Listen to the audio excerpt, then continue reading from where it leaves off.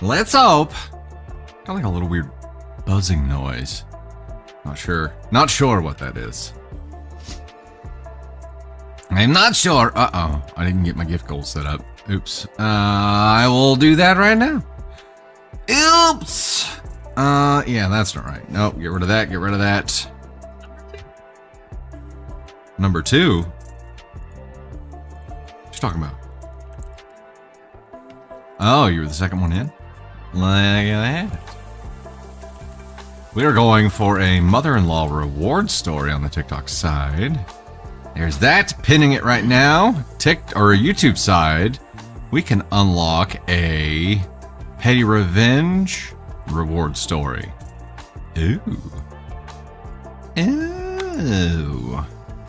Not seeing any. Apparently, it's supposed to be out again tonight. So if you didn't catch it last night, the Aurora Borealis is supposed to be visible and even stronger tonight, supposedly. So it kind of looked like a pink blobby by the time I got to it, but may try to catch it tonight. It depends. It depends. I've got my gear charged up so I could go do a motion time lapse of it. I don't know that I have the energy or care enough to do that, but I have it. I'm ready. If it happens, it has been visible over. Most of the U.S. I think. So Angel down in Texas saw it. Cake the Rogue, you didn't know what was happening. You missed it. You can catch it again tonight. So if you missed it last night, you can catch it again tonight. You probably, if you're in a bigger city with a lot more light pollution, you probably, there's a lot more interference with it, right? So if you can get to a darker area, and there are, let me see, if you Google light pollution map, so it's actually lightpollutionmap.info, that will show you spots around your area. It's showing me Russia right now, but it'll show you spots around your area that have less light pollution, and you can see like the stars with your naked eye in the dark spots on there. So, yeah, Miami probably couldn't see it there, but you can see it all the way down in Texas. So you may give it a shot tonight. You might give it a shot. Yeah. Our neighbor that lived behind us sent us a picture, and I thought maybe it was just our Christmas lights lighting up some fog or something, but no, it was people searching stuff for me. Oh, Ashley, yeah, near Canada and New York, could definitely see it there. Northern Minnesota, I bet. Mike Weber, the potato, what time? I don't know what the best time is. Let's do this. What's the best time to see the Northern Lights? There we are. Between 10 p.m. and 2 a.m. local time. It was before then whenever they were out last night though. So probably starting twilighty hours. You bet, Mike Weber. Where is everybody in the world? Pugmom says. That's a good question. Where is everybody? This is kind of heading that direction. Ben, yes, in St. Paul, Minnesota. I bet in St. Paul. Yeah, I bet in Minnesota you have a really good view of it. Hey, Legs for Days, Jane, Liz, Rez, Q Ninja dropping the lightning bolts there. We are going for 4K lightning bolts to unlock I just read it and I forgot it. Mother-in-law reward story. YouTube side, we're going for a petty revenge reward story as a reminder. We also have a lightning round that we're going to unlock today. Who's doing lightning round with us today? Tony Spark is doing lightning round today. Jane, Liz, Rez, Shep, Grandma Shark, Holly Elizabeth, thank you so much for the love. Myra Catalina up in there as well. Jero Mama just became a super fan of the Gosh Heckin' Fam on the TikTok side. Amy Castro, Great Auntie Kiki, Anna Maria Ortiz, Anna Hartman, Amy Castro, Shaz, thank you so much for the love. Kara Z, Candy Thunder, look at that. There she is. The one and only. Speaking of, let's say hello. It's Tater. Hello. What status, precious? I feel like I need to make a disclaimer right now. I have saved every ounce of energy that I have today for this stream. I've not spoken much. I've just been conserving. I'm conserving energy. Margarita, thanks so much for the $5 super on the YouTube side. Appreciate that. Just south of Nashville, they showed up there, but you couldn't see them. Boo. Boo, Booberry. Boo. And my my response to that is to be like, What, when I'm... yeah. I have not felt well all day. I woke up and I posted this in VIP, but I don't know if it is the geomagnetic storm that's happening in the world right now, or what's going on. But I have felt off all damn day, and just now just feel kind of sickly. Something's happening. What am I missing here? What's going on? Shane let out a very petite sounding sneeze, and Katie was on top of it. Oh. Tony's upset because his soul escaped earlier because no one said bless you after he sneezed. Oh no. That's not your soul escaping. That's just you being invaded by demons. That's... Have you? I thought it was like if someone doesn't say bless you after a sneeze, that your soul escapes. I don't think your soul escapes. I think your soul is open to receiving the demons. Yes. Margarita sent out a gifted membership on the YouTube side, which is received by Jerry Lee Shaw. Jerry Lee, welcome to the Gosh Shack and Thunder crew, courtesy of Margarita. Do you? Elise is in the house. What? You were missing today. Elizabeth from Ohio with a $5 super. Thank you so much for the love. Appreciate that.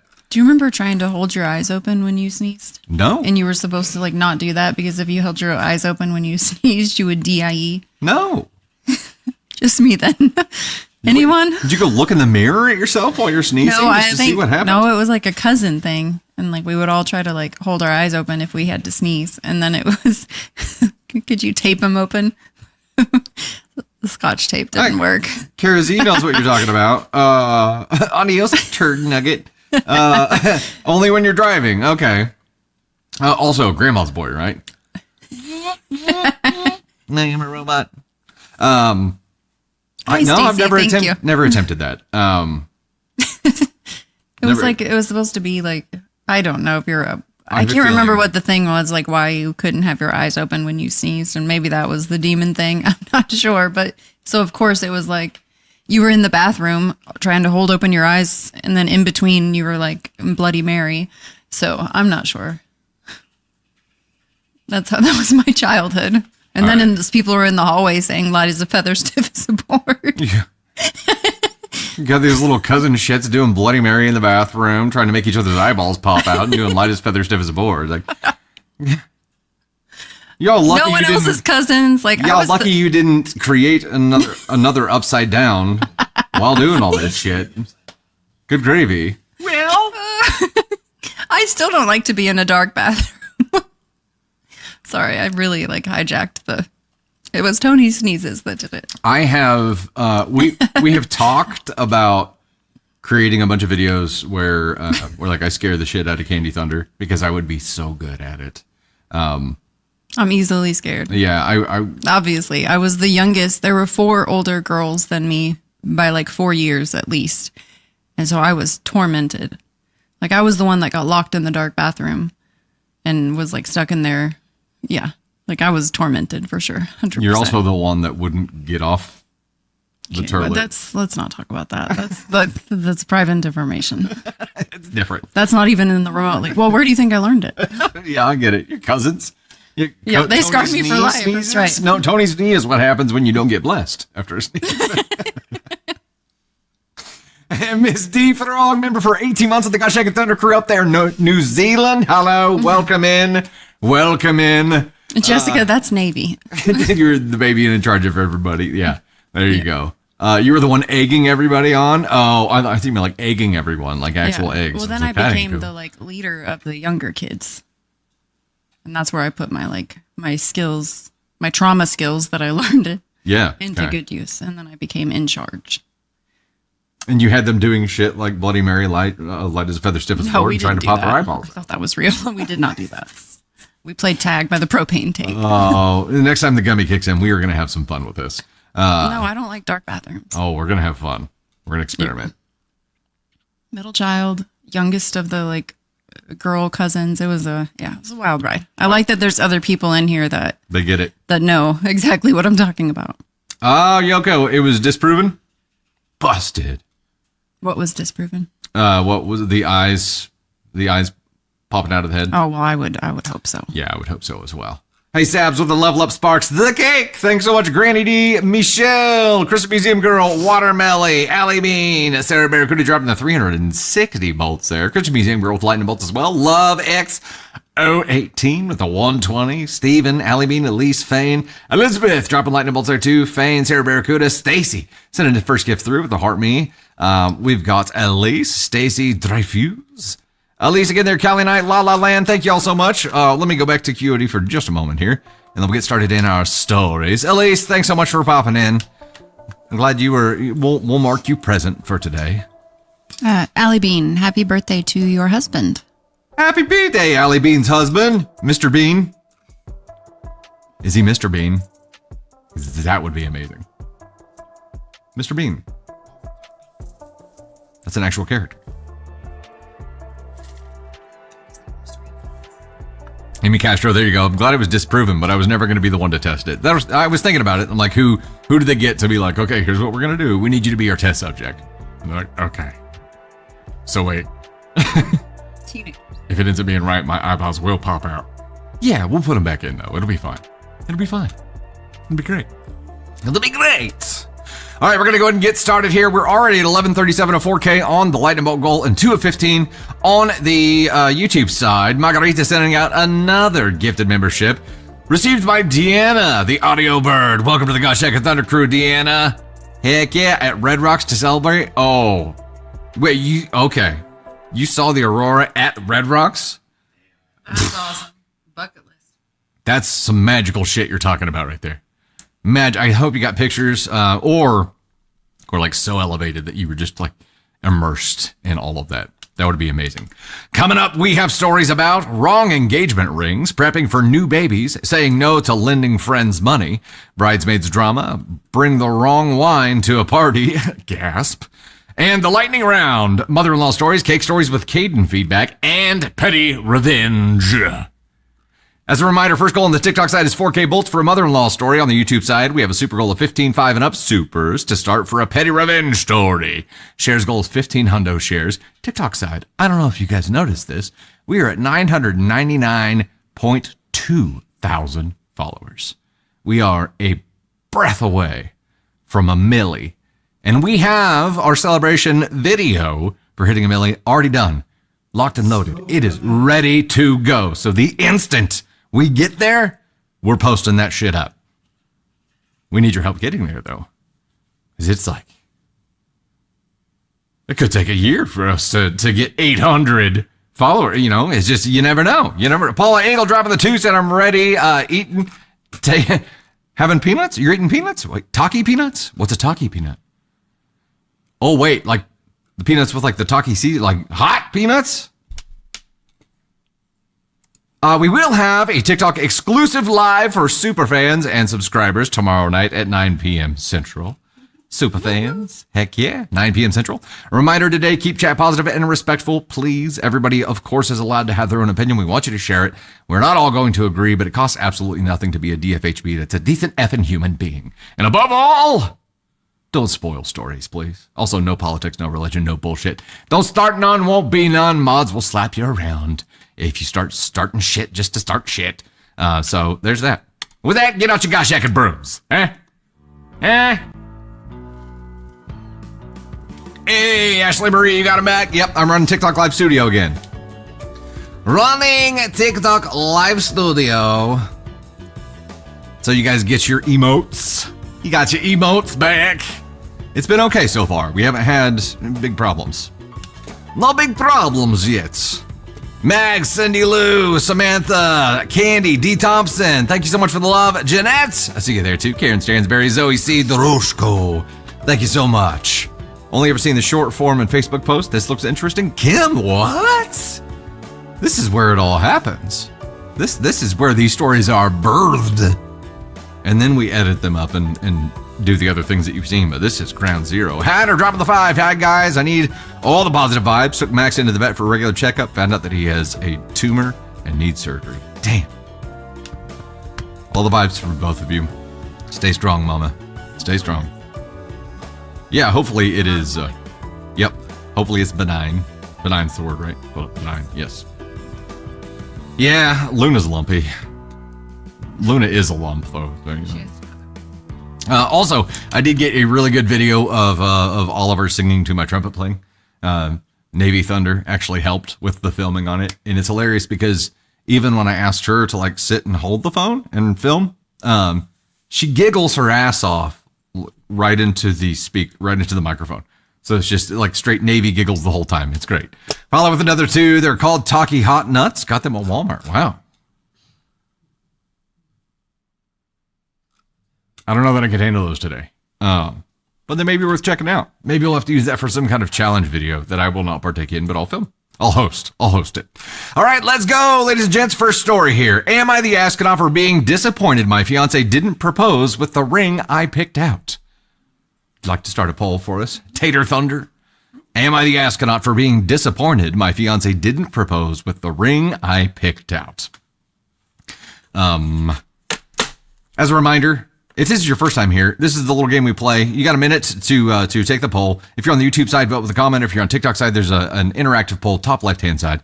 Place your vote. Let me show you the scale real quick. If you've seen the content, you're probably familiar with the Ascon scale, but this is a measure of how severe of an asshole somebody is in a story. So am I the astronaut for being disappointed my fiance didn't propose with the ring I picked out? For me, that's an NTA. At least right now, it's not the astronaut, but it could be. She could have done it differently, or should have done it differently, or definitely shouldn't have done that, or she's a terrible human. There's also Black Hole, which is even worse. But for me, it's an NTA right now. Going NTA. We'll see. And my thought process here is that, look, if you guys were together and you picked this ring out, there's an expectation and an understanding, I believe.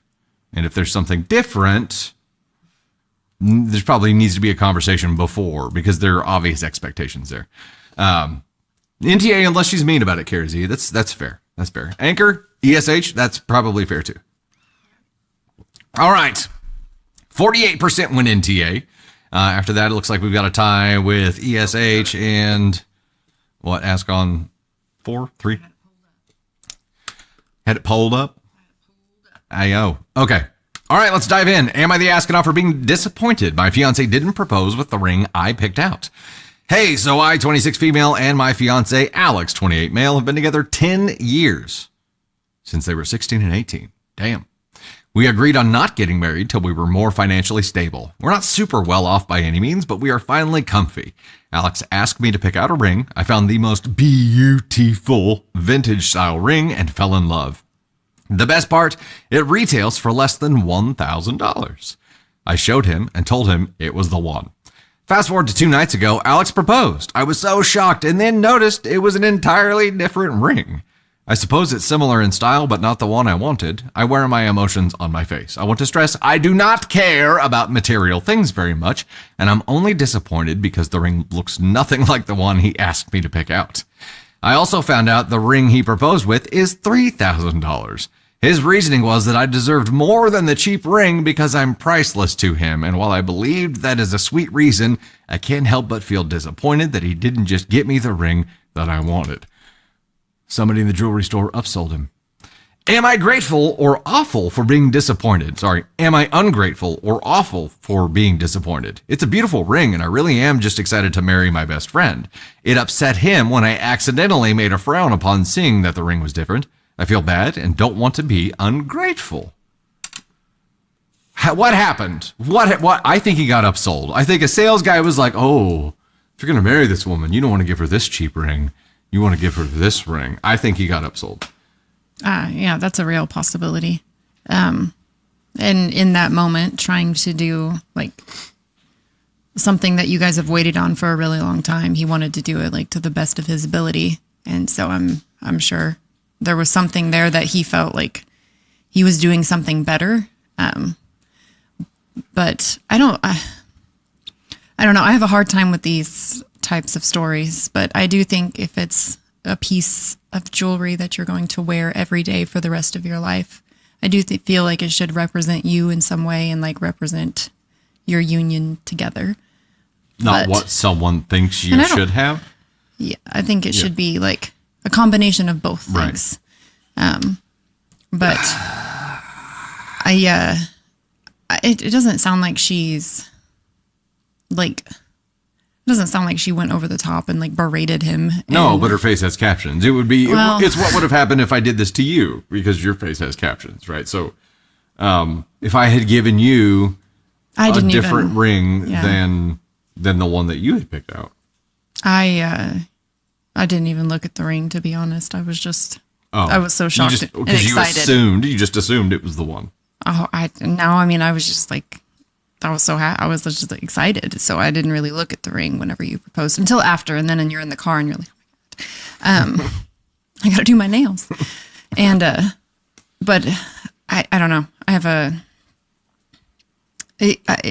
hard time. I feel like he should have gotten the one, especially if it was cheaper. And like, that's what she wanted. That's what she liked. And it was, I don't know. I don't know why he went 3 times as high with the price and did something. Because ultimately, Took a gamble with way more money than what they had talked about spending. Yeah, and that's an entirely other conversation that we could start having here, and that's, when it comes to engagement rings. I mean, one person is taking that initial risk, but you're both going to share the burden of those payments if Right. you have shared finances in any way. So should there be involvement? Should it be I feel like if a you're 2-person operation here? They've been together for a decade. I feel like it was something they definitely should have talked about together. And he should know now that if she fell in love with a ring, that's the one that she wanted. Like after 10 years, I felt like you should know that about someone. Yeah. Like when it comes to jewelry, she's going to show me exactly what she likes. When it comes to clothes, I can be more free with what I Right. choose. Like those are things that you should learn about your partner if you're... I have only Whatever. just now kind of taken a couple of risks on jewelry for Candy Thunder, and I still don't know if I'm getting it right. But I've known to this point, like if it's a jewelry kind of thing, she's got to look at it and be like, yes. And I don't know. Her face is telling me I missed the mark. No, I was just listening to you talk. No, but that takes some time to learn, and I think you know your limitations here. I saw chat say, I bet it was gone because he waited. Oh, maybe, yeah. Joyful Stranger, yeah. Maybe it was a one of a kind and it was gone because he waited too long, and this is his way of making up for that. He got her a more expensive one instead. Maybe, but in your shoes, OP, I would want to have a conversation here and be like, so what happened? And I know he said he thought you deserved better, but I'd be like, okay, well, when did that walk me through this, please? That feels like a line too. And maybe it was gone, and so he's like, I feel like you deserve better because the ring was gone. Maybe it was something like that. I'm not sure. Yeah. I'm not sure if it's like one you can just order, or if it's like a one of a kind type thing. So No matter what, though, I think it's worth a conversation to be like, okay, what happened? And remember, you're kind of setting the tone here for the rest of your journey together. So if there becomes a pattern where you say you like X thing, and he's asking you to pick Christmas stuff out or something, and you're like, I like these few things. And he's like, okay, well, I got the thing like that, but it's 3 times more expensive because you deserve it, baby. That can be problematic down the line. And I get it. Like, I agree. Yeah. you want to spoil your partner. I understand that. Okay. But more expensive doesn't always mean better. I would, if I had picked out a ring that was $1,000 and you like, and that's something we had decided on, like we budget together, that's something that we decided on, and then you show up with a ring 3 times that much, I'm going to be a little perturbed because I don't think there's a necessary, Yep. I don't think it's necessary because I'm 100% happy with this ring that cost $1,000 and you went and spent $3,000. If their finances are separate and this is, it changes things. There's so many things at play, but I feel like I don't think she's an asshole. So NTA. For me. Yeah. She's sum it up. NTA for me as well. And move on. I think he is at a 2. I think he should have done it differently. I'll go ahead and give that to him officially here. Should have done it differently. And I think it's worth a conversation now. And honestly, I'd go trade it back. I agree with your upsold comment. I think that makes was the first vibe I got. He got upsold. I like it from your perspective as a guy. Like it makes sense. But yeah, I think if he did allow himself to get upsold and had someone convince him what his fiance would like more than what his fiance told him she would like, then you are the asshole. Yeah. 100%. Yep. And anybody in chat work in a jewelry store or have worked in a jewelry store before, it's sales, right? It's it's a sales gig. And look, especially I see it going down like this. They're like, okay, this is what it is. And if he was looking at financing it through the store or something, they run that, they figure out how much he has available. Oh, you have up to $3,500 available on this jewelry store card, sir. Why are we looking at this little hunk of junk when your lady could have this? You know, like I see it going down like that. Or his ego said bigger ring reflects better on him. That's a real possibility. I understand. Oh, we just got lucky, and we looked at rings for a long time. We did. We looked at rings for a long time, but we also just got really lucky with yours because the diamonds fell out, and they fixed it and replaced it with bigger diamonds. That is a true story. Okay. Because they had to size it down. We just got lucky. Yeah. We used all of our luck in the world on Kenny's ring in IVF with the Navy. That's it. Like, we cashed in all of our luck. We have no luck otherwise.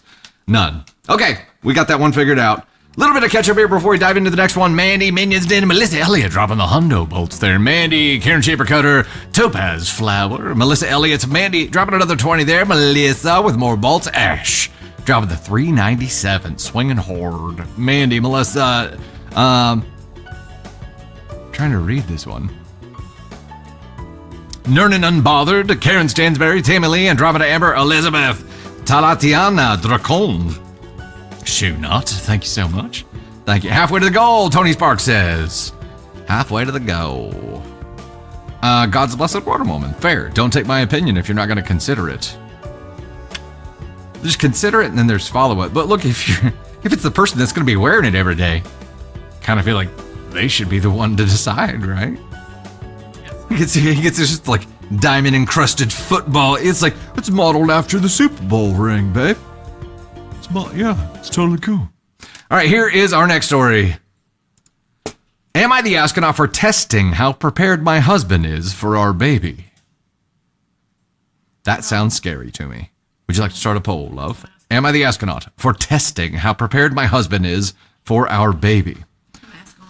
Yeah, I'm going 3 on this as well. Just based on title alone. Testing your partner is a dangerous fucking game. Why? There's too much risk involved and not enough benefit, right? Testing. I don't like it. In the whole, I was just testing you thing seems like fighting words. You know what I mean? I don't know. I don't like it. I don't like it, brother. Barry, caring about a ring doesn't make you automatically materialistic, making it a deal breaker or having a breakdown over it is. That's fair. That's fair.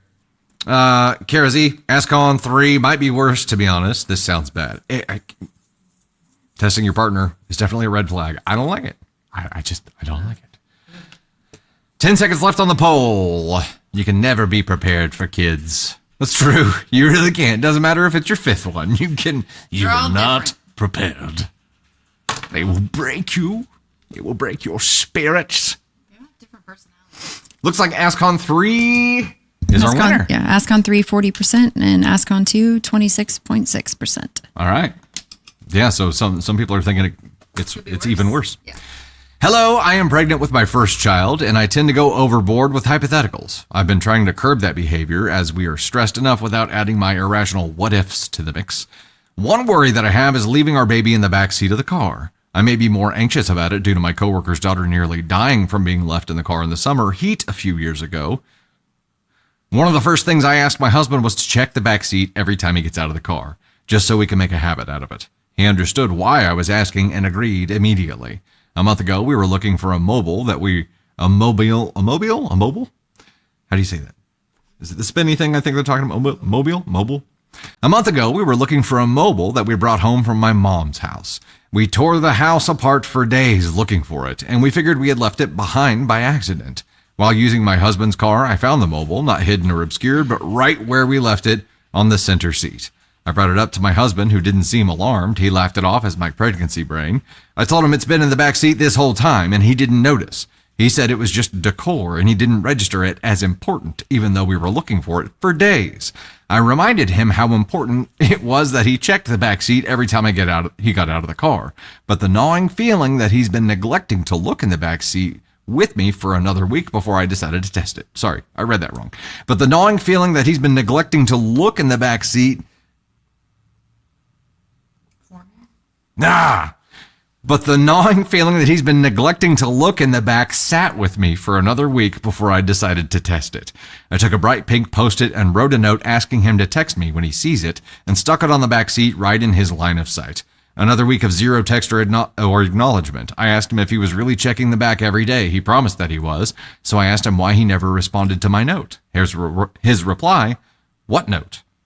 I freaked out. I yelled about how important it was that we check the back every time we were in the car, especially since we both have ADHD, and when it's out of sight, it's out of mind for us. He said that I was being crazy and irrational, and I was setting up tests for him to fail. This spiraled into a fight. He admitted that he hasn't been checking the back seat every day like I asked, and the idea of forgetting a baby in the car is ridiculous and could never happen to us.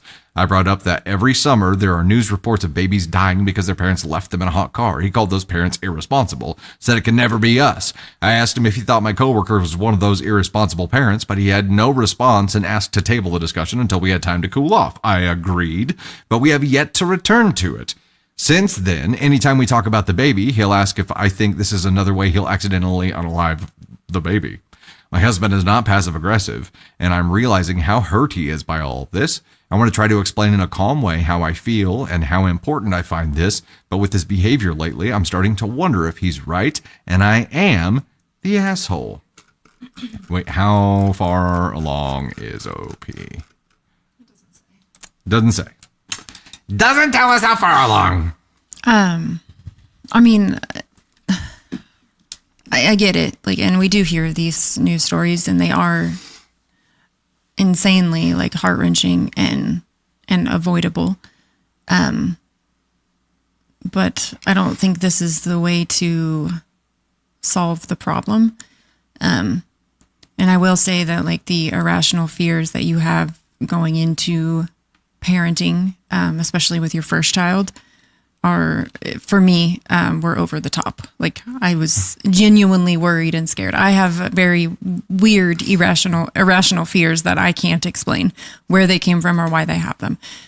This one she can explain. It was a coworker. The proximity of that happening to someone that she knows has left her with a fear that I would think, if I was in her position, would also be amplified by how I feel during pregnancy.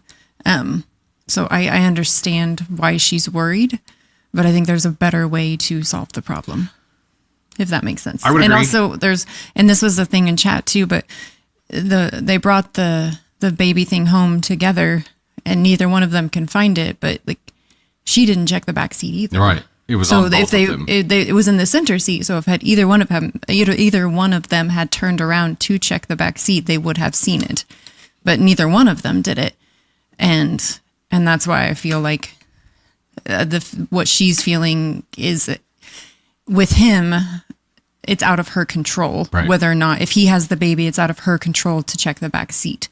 So it furthers the fear of what she's feeling. So we read a story in our last live about the dad side of this, which is more so unlocked once the baby is born, not leading up to it, right? It's the irrational fears. It is what postpartum anxiety, I think, is what they call it.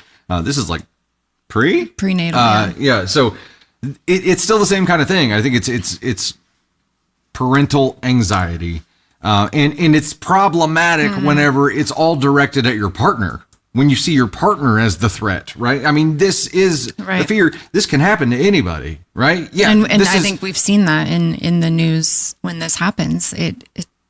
It literally happens to anyone. Yeah, it can happen to the best parents in the world, right? This kind of shit can happen to anybody. That's why auto manufacturers now have it defaulted to have the check the back seat reminder. With a beep, beep, beep, beep, beep. Yeah. 8 times it'll beep as a check the back seat reminder. You have to go manually disable that shit. So it's a problem. Like, it's a widespread problem, right? I think they both fucked up here. Hubby for lying about it. Yes, right? I agree. Yes. Don't lie, like you're just setting yourself up for failure and then blaming her for setting you up for failure. Don't test your partner. Like right now, this feels very much like a two independent people kind of trying to play the gotcha game. Well, she is doing that to him. And I understand the concern that's driving that. But if your anxiety is driving you to battle against your partner, it is going to destroy your relationships. And you need to start doing something about the anxiety. Your anxiety is the problem right now. I think that irrational voice inside of your head is not your friend.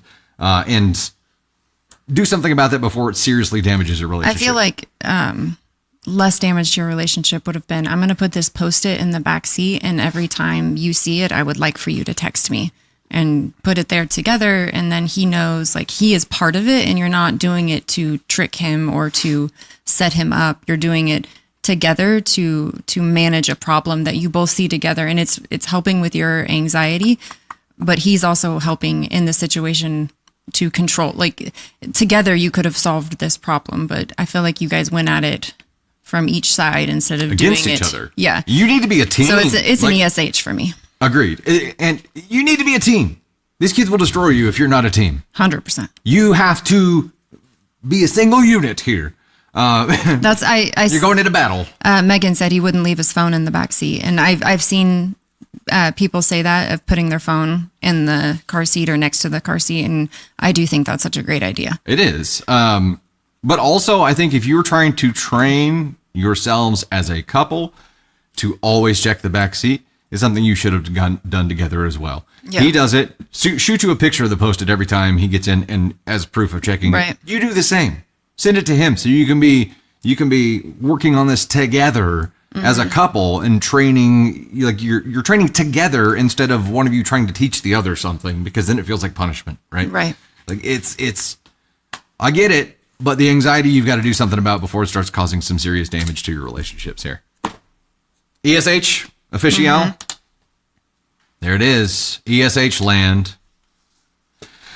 Everybody sucks in this Reddit story. We got to do a little bit of catch up here. I saw this Nancy Pants dropping the 20 bomb over here. Do they mention where they live? I live in Arizona, and we hear these stories throughout the summer. Happens to good parents when they're sleep deprived and when they have the baby with them outside their normal routine. It could happen to anybody. And guess what? New parents are always sleep deprived. So it's a recipe for disaster here. Also, we hit the gosh heckin' goal over on the TikTok side. Sam Gomor jumped in and dropped over 11 hundo bolts to get us there. Holy crap. Oh, never mind. I have a gifter list right here. Let me find it. Let's see if it works. Okay, in particular order here for hitting the what? The lightning bolt gift goal on the TikTok side. Sam Goofballs with 1106. 1,106 in the number one spot there. Sarah Barracuda at 360. Laura Litzel in the number 3 spot at 2 hundo. Melcy Jane. Rez, Q Ninja, Candy Thunder, Melissa, Amy Castro, Anna Hotman, Pug Mom, Pat Panda, Mandy Chastain, Sabrina Janine, Michelle Gallant, Anna Shep, Legs for Days, Shaz, E.T. Johnson, Cindy Lou, Cap Girl, Elise Kutch, Jero Mama, Zoe C, Topaz Flower, Chris Museum Girl, Shadow Wolf, Violet Green, Luna Rose, Karen Stansberry, Minions Den, Pretty Shay, The Gift Demon, Stacy Dreyfus, Pixie Dust, and TJ Kaku. Definitely not saying that right, sorry. Yep. All right, so let me see what I'm setting our next goal up for. And with that as a reminder, TikTok side, you unlocked the mother-in-law reward story. The next thing we're going to unlock is the lightning round. Tony Spark. Featuring Tony Spark. Too late now. I put you on the gift goal.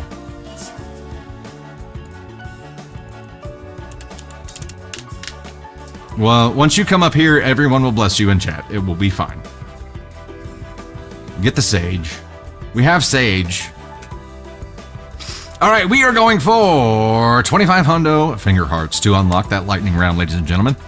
Nancy Ben's dropping another 5. I think the husband sucks a little more because he has... he says that it won't happen to us mentality, and that is dangerous. Agreed, and he lied. I don't think it makes him worse than somebody who's trying to, test and trick their partner. You know what I mean? Tina Allen dropping another 5. Doing something every time doesn't mean it is less likely to happen. I drive to work in random mornings that I don't remember if I closed it or not. Sure, because there's the process fatigue too, right? A rhythm, once you create a habit, if you get so deep in that habit, you become numb to it. So I think they're trying to create muscle memory right now, and that's understandable. But you're right, and at some point, that's not a guarantee it's not going to happen. That can create its own problems. This is why you have no rhythm, Tater? She's got no rhythm. No, I mean, She is accident prone. She will get injured just by standing still. my days are never the same. She's like a butterfly. Because floating through the wind. I would never remember anything. Never remember. That's not true. Whenever you and I met and started dating, you had a very structured, 8 to 5 job. I had 2 jobs. You had a you had a very structured routine. Whenever you and I met, I think you just broke free of it, and now you don't have to do that. So now you get to do more so of what fits your life better. Yes. Yeah. Joyce, I just float around. just Hope for the best. float around. Yeah, you float around, and then have to be at this thing by X specific time, and this thing by X specific time, and X thing. You float around with a lot of things that have to be done during the day that you get done. So in the in-between, you can float around a little bit, but you still are on a fairly rigid structure. That's what happens when you got kids, you know what I mean? I wish I could sleep more. Speaking of sleep, I read, I can't even remember the name of it now. It's like bioelectric interference, but one of the things, the aurora, which I guess is just a visual symptom of what's the word I'm looking for? The geomagnetic storm. It can cause, not sleep apnea, sleep deprivation, insomnia. Whoa, wow. Words are going to be real hard today. It can create insomnia. It can create a lot of issues. I woke up in a complete brain fog today, and I'm like, that's my everyday. maybe you're just very sensitive to the... I wake up in a brain fog every day, but the one day I didn't wake up in a brain fog is today. You woke up at 6. You were awake when I opened my eyes. At 6:30, I was wide awake. Your phone screen was on, and I was like, I can't. I woke get up wide yet. awake, and I accomplished more than I normally do. She did everything getting Navy ready today. I didn't do a damn thing. But I was wide awake, and I was like, yeah. And I'm fine today, so I don't know. I'm unaffected by magnets. Who uses grounding sheets? Some kind of something. Beautiful chaos. Whatever You got the stream for the second time. Oh, it's like a magnetic charge. I do better in chaos. That's always been true. That.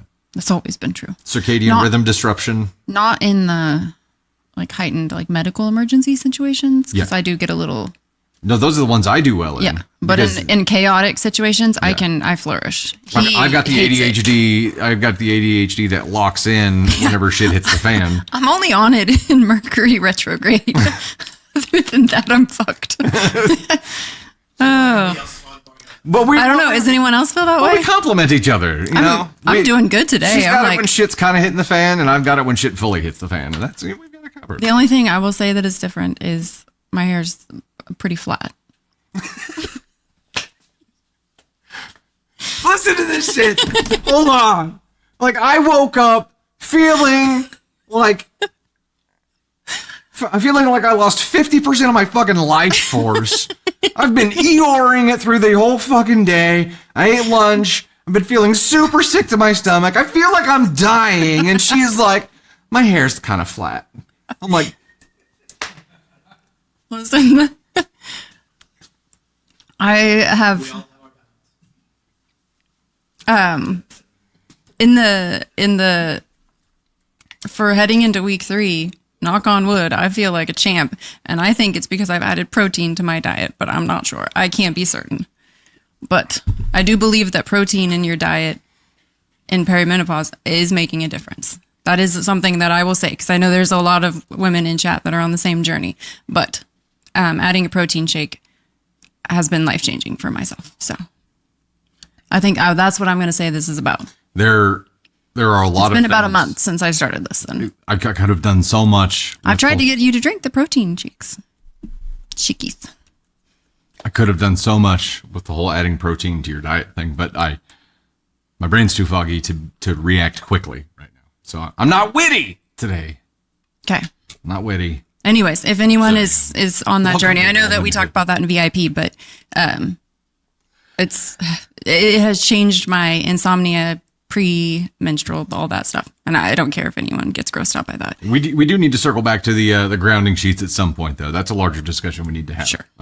Yeah. Not sure what that is. I think it all loops in here. Okay, a couple of catch-up things before we dive in.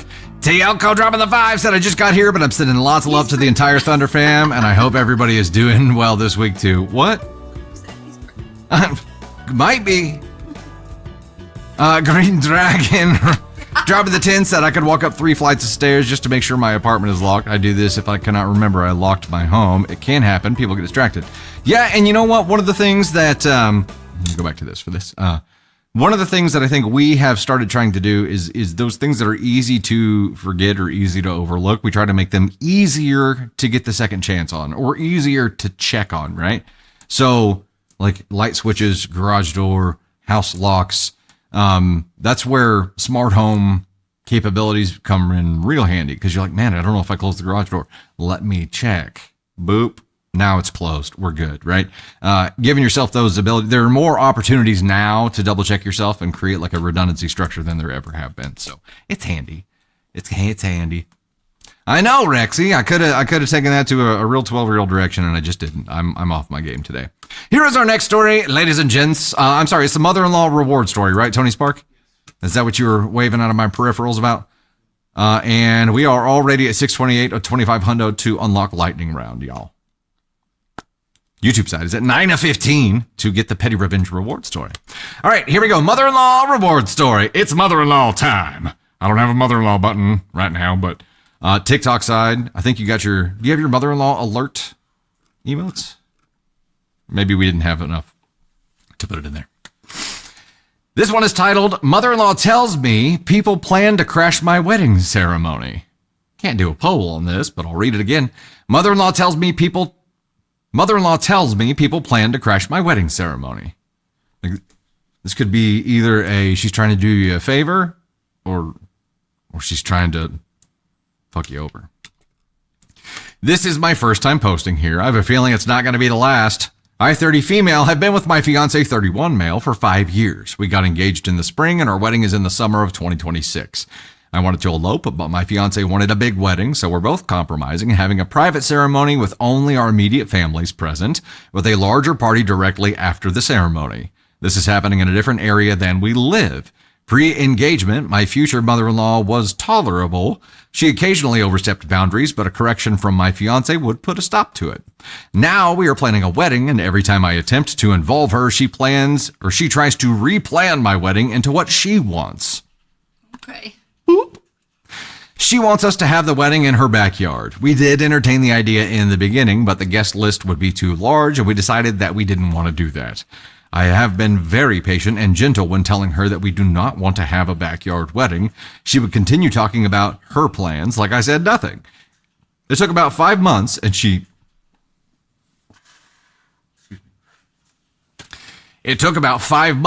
finally stopped asking.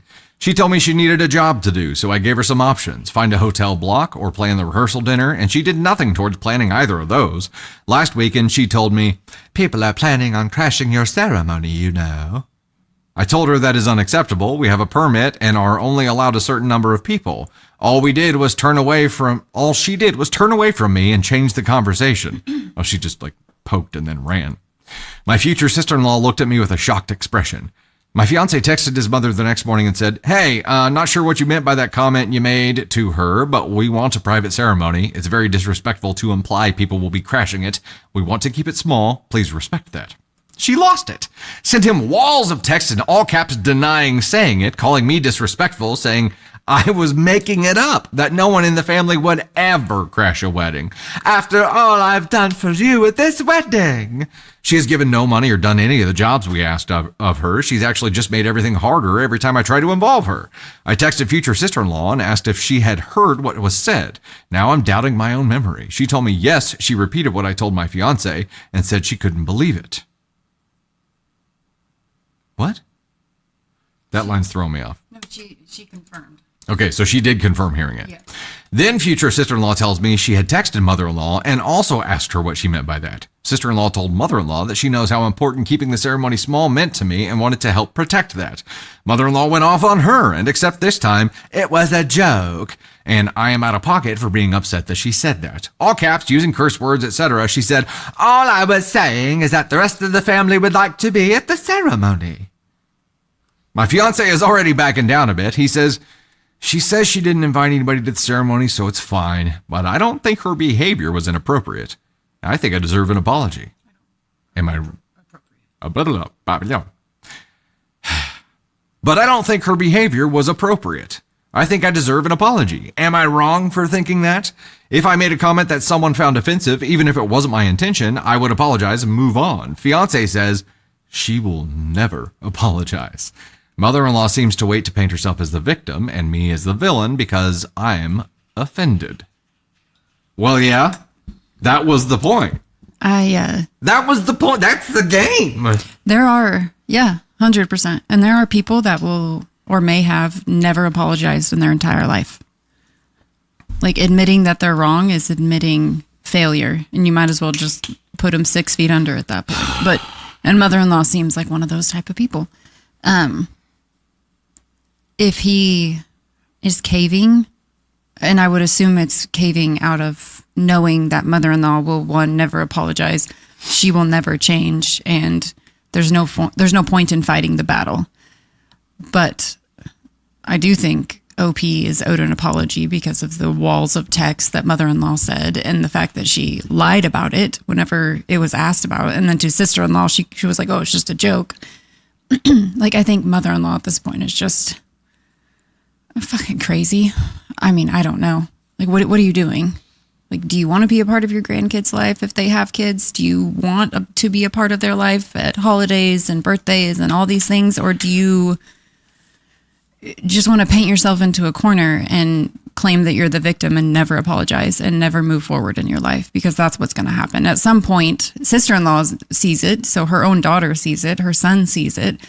And it's like, wake the fuck up.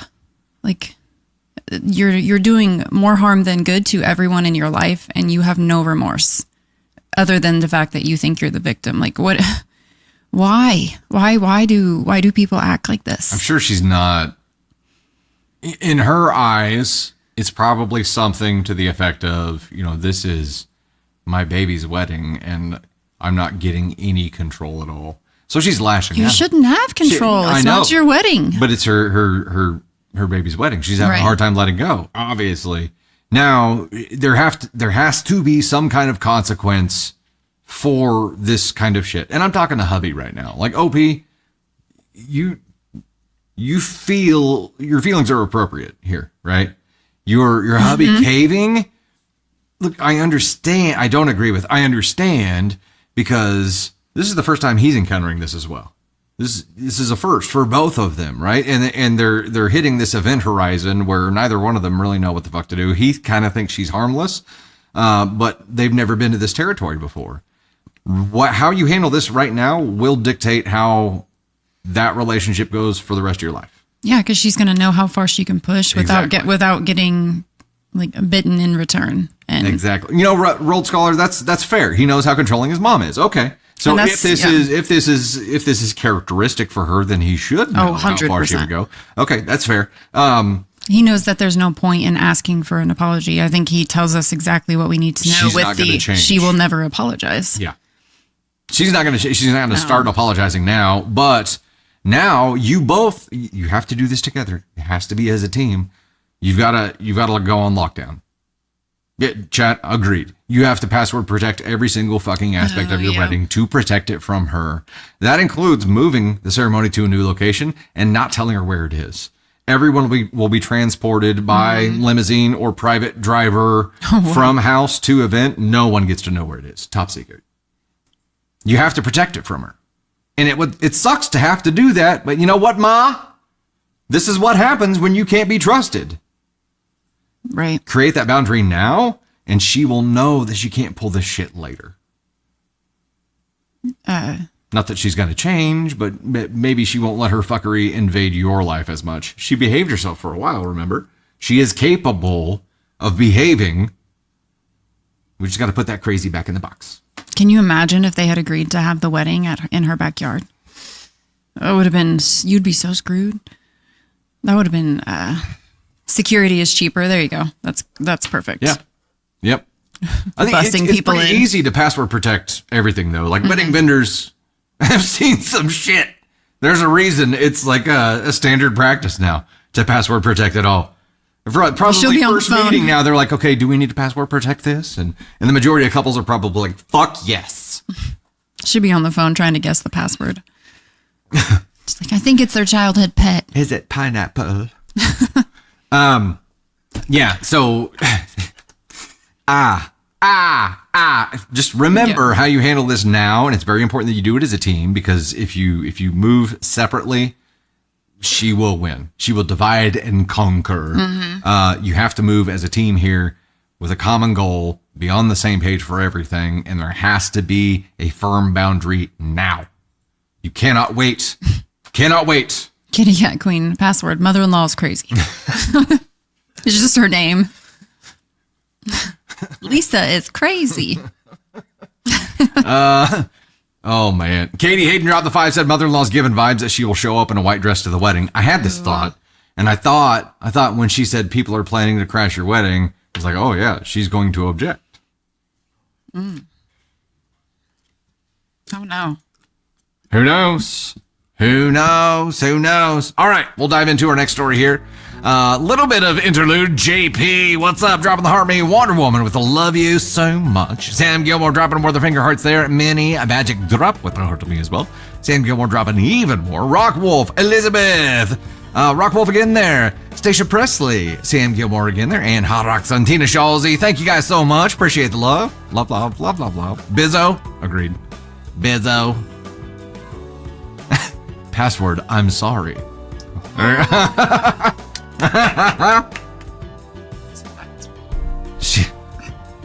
What if like the words I'm sorry aren't even, it's like not even a phrase that exists in her head. She's like scrolling past. There's nothing there. There's no fixing. It's like it's redacted in her mind. Okay, Tony Spark, where am I heading? Story number 3. Okay. Hey, Wonder Woman with the caterpillar. That was cool. Sleeping right on my face. Cap Girl, it's like Jupiter. Like how Jupiter sleeps on your face, Katie Thunder. Hey, we are at 1365 out of 25 hundo on the finger heart goal for the TikTok side. And a reminder that unlocks the lightning round stories, which are short stories with 1 minute-ish feedback. And the Jean-Luc Peacock, the rubber chicken, is the bullhorn that tells us we're out of time. And YouTube side, we're at 10 to 15 going for the petty revenge reward story. Okay, here we go. This one is, am I the Astronaut for telling friends and family I'm broke when they need money? This we can do a poll for. Would you like to start the poll? Am I the Astronaut for telling friends and family I'm broke when they need money?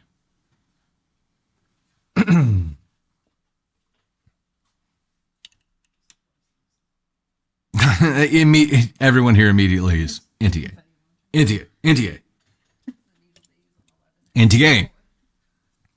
You know, never had to say it when it wasn't the truth, but Jean-Luc Peacock, somebody's tickling them. He's awake. He's getting warmed up. Got to warm up his vocal cords. NTA for me. Now, like, there is a limit to this, right? There's a tipping point where it makes it not okay. Also, they're out. Not a fan. Have you ever had one on a gummy?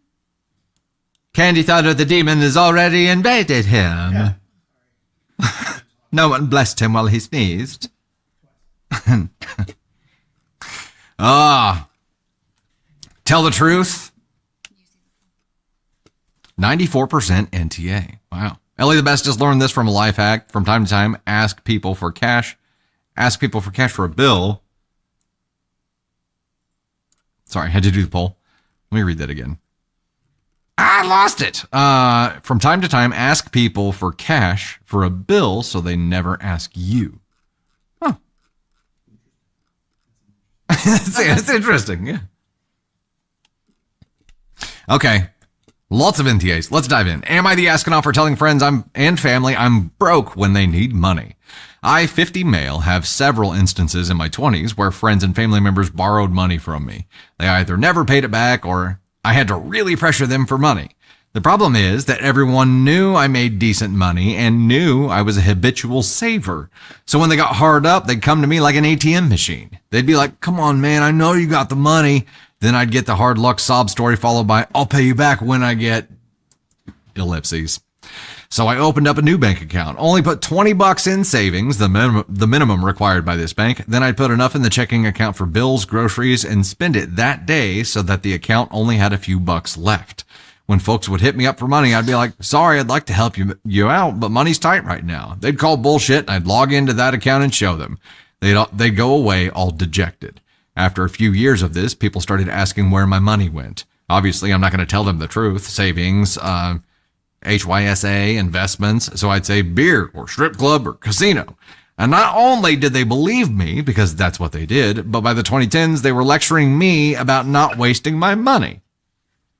Laughing, crying emoji.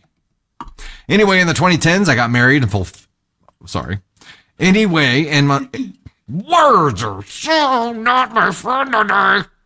Anyway, in the 2010s, I got married and filled my wife in on the situation. She thought it was funny. Anyway, my sister came over for Halloween and made some comment about how glad she was that I had learned to be more responsible with my money. My wife started laughing and spilled the beans. My sister confronted me, and I confirmed it was true. Then I told her I wasn't 20 anymore, and if she hit me up for the money, the answer was no. She told the rest of the family. Some think it's hilarious, but others think I'm a tight-wadded asshole. Some have asked me how much I have, and I tell them none of your business. So, am I the astronaut? No. NTA. It is NTA, but damn, look, if your family has you in a position where you feel like you have to create this giant charade rather than be able to just be like, no, I'm not comfortable with that. Yeah. That sucks. I think this is your 20s versus growing up into your 30s, 40s, 50s. That's fair. Because I think in your 20s, it's hard to say no. Like, it's hard to set a boundary. Life is what makes it easier to do those things because you get burned like this by family. So I think completely NTA. Like, I understand why they did it and why they felt the need to do it instead of saying no. But, I mean, you shouldn't be, if someone has to go to this lengths to convince people that they don't have money, like, they're asking for too much. And I feel like like you said, they hit him up like an ATM, and he was young, and this felt like the right way. So yeah. NTA. Also, why would your wife spill the beans? That part I don't understand. I think she thought it was funny. No, I feel like she thought it was funny, but probably also did not want that negative thought to carry forward onto her. Okay. It was a little offensive, right? Like, it rubbed her the wrong way a little bit because there was this kind of pity, misplaced pity, and she wanted to rinse them of that. So it was probably a 50-50. Like, she thought it was funny, but also thought it was time to set the record straight. His family has a whole shit ton of audacity to act like he's an ATM. So I think her spilling the beans, I understand the intention, but I don't think for someone who feels comfortable asking for your last dime is going to take this very well. Yeah. Clearly, Sis didn't have the same kind of maturing as OP did. That's fair. And yeah, I think I get it. And that's kind of the point OP makes the whole time. I'm not 20 anymore. Like, you can't push me around. Also, when you're in your 20s, you kind of, for the first time in your life, maybe have the ability to help somebody, right? Right. And having that ability, when someone asks, you're like, oh, I don't know you haven't experienced the downside to that yet. So, right. I get it. It's fair. And I say, like, if you're having to lie and put on this charade about it, then yeah, that sucks. And it does suck because your family made it suck. I don't think that's on you. I am NTA on that as well. I'm NTA. Yeah. I'm glad that you've come full circle and say, I'm not 20 anymore. So if you hit me up for money, the answer is no. Well, how much money do you have? None of your business. Yeah. Like, those things come so much easier in life after you've been burned by situations and you learn how to say no, and no explanation needed. The answer is no. So, Proud of OP. Yep, proud as well. I mean, it's been a long time. Yeah. Yeah. And Rhodes, I agree there. I think it was big cojones to ask him how much money he had. Yeah, absolutely. 100%. Also, like the fact that you went and did all this in your 20s and created this spoof account because you knew somebody was going to ask for proof. Like somebody says you're broke, they're like, prove it. Print a receipt. Okay. Turned out pockets. Like, what do you want? Sorry, I hit your Diet Coke. Do you remember like the balance inquiry when you had to drive through the ATM? Because they didn't have like apps. Yeah. Your phone couldn't access the information. Yeah. So you had to just hope. A little slip of paper. You had a little checkbook, like balance register thing. Yeah. Did you actually like write your transactions down? Mm-hmm. Yeah. My mom and dad were like, it was like, you had to do it. It's smart. Yeah. We had to do it. And then like when we got a bank card, that got a little wonky. Oh yeah. Yeah. And then you're like, hope for the best. It's different. It's different than writing a check. that butt clenching moment whenever you're standing at the counter and you're waiting for the approval to happen. Like no, it's always gamble. I have $8, so I'm going to spend $6 and hope for the best. Teenager mentality, right? I always love to see the balance on the ATM when you withdraw cash and it's like you have blah blah blah, and I'm like, oh my. But whenever you get paid and then you're like, oh, I'm so no bank error in my favor. I'm so loaded. And then when it's like right before payday, you're like, I don't want to see that. We do, yeah. Tony's Bar just avoids it all the time. You're like, I don't know. It's disappointing before payday. I don't want to know. Makes you feel good after payday. I was searching for the Anna Delvey I can pay gift today because it doesn't exist.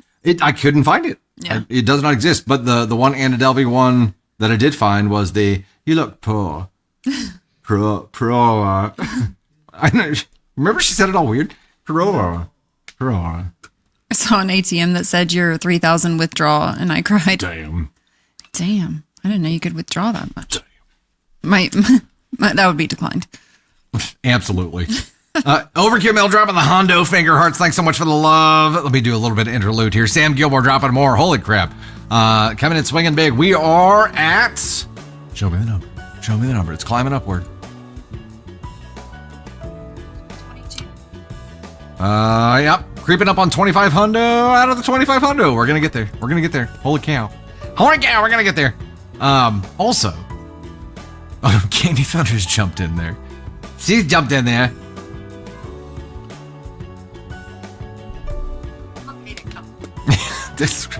We're poor. Why?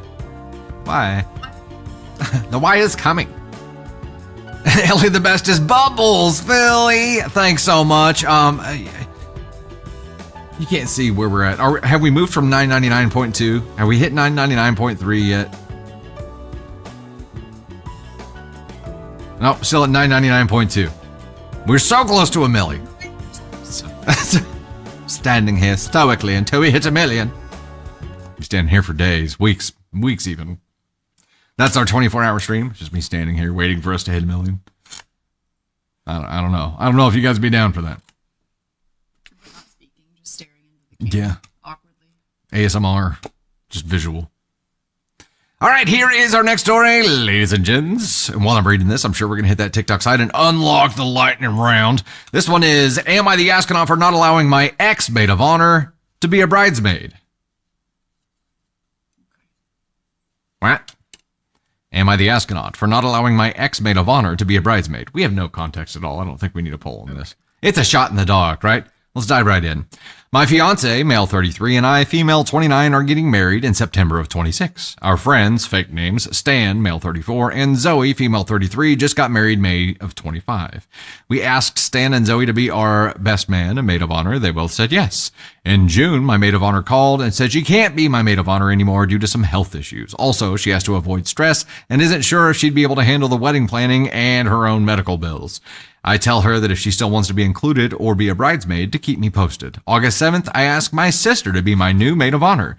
At the end of August, I check in with Zoe. She responds with, the procedure went well. I'm still waiting on the official results, but the nurse said things look good, so I'm optimistic. I heard nothing after that and got my last bridesmaid in September. November 4th, Stan and Zoe reach out asking if Zoe is a bridesmaid. I said, I already have my bridal party. We wanted you to take a break for your health. You're more than invited to all the events, so you can just have fun and don't have to worry about planning. Zoe's response, while I appreciate your considering my health, I'm extremely hurt that you couldn't just text me. I don't even know how to process our relationship. I would have never done this to you. What? What? My fiance says the four of us need to meet up to discuss this. We wanted to talk in person. Stan argues that they want to talk over the phone. We live in the same neighborhood and pass their house every morning to take our dog on a walk. Finally, Stan responds by saying, you don't see just how hurt Zoe and I are by all of this. We have decided to cut ties with both of you. We have not spoken since. Am I the asshole? What? What? So she declined being maid of honor due to health reasons. And then OP said if you decide you want to be a bridesmaid, to let her know. Yeah. And then she reaches out and Zoe doesn't say anything about wanting to be a bridesmaid in September. And then 2 months later, she reaches out and asks to be a bridesmaid whenever those spots had already been filled. Do you think that OP should have asked, like, hey, I'm getting ready to fill my last bridesmaid spot. Is this something that you would like to do? Could have avoided the problem. I think this comes down to a miscommunication from the very beginning. Because I think what Zoe heard, OP, when you said, I tell her that if she still wants to be included or to be a bridesmaid to keep me posted, she obviously received a very different message. The message she received at that point was, we're holding your spot. It's yours until you say no, and we'll let you know when that's going to happen. So there was a crosswire here. So I think really how you've documented this and timelined out your understanding of events, they need to receive. It doesn't fucking matter. It doesn't have to be in person. That would be ideal. But look, if they're not willing to do that, and at this point they say they're cutting ties, they're having a very passionate response about this. So I don't think it's just you guys. I think there's more going on here. The health scare. I'm sure it is. That they've had, and then it's heightened emotion. Coming out on the other side of that, and then discovering that the world moved on without you. Yeah. I'm sure that is difficult. I think you send them your understanding so they can at least see it if and this then person, ask for theirs.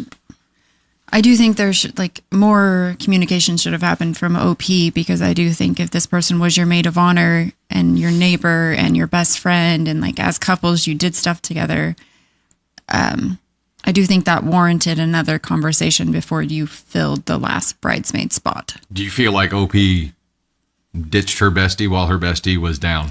I'm not sure, but I do think there definitely could have been a conversation. It's weird that they're in the same neighborhood and she was her maid of honor, but are they not talking in between? They just exist, and then I don't know. I'm confused by the whole dynamic. 2025. People don't go see their neighbors anymore. I feel like I'm confused by the dynamics like of their relationship. If she was an originally maid of honor and neighbor, how are they not talking all the time? Yeah. Or maybe she was somewhere else dealing with the health issues. Not sure. She was trying to, so maybe she was trying to not bother her with that so that she could recover from whatever was going on. And that's what she said. Yes, that's what she said. Been, yeah. How that may have been received by Zoe was, you just dropped me once I was defective. Once there was something wrong with me, you ran. So you could have your fucking Instagram wedding and leave me behind. That may be what she's feeling, right?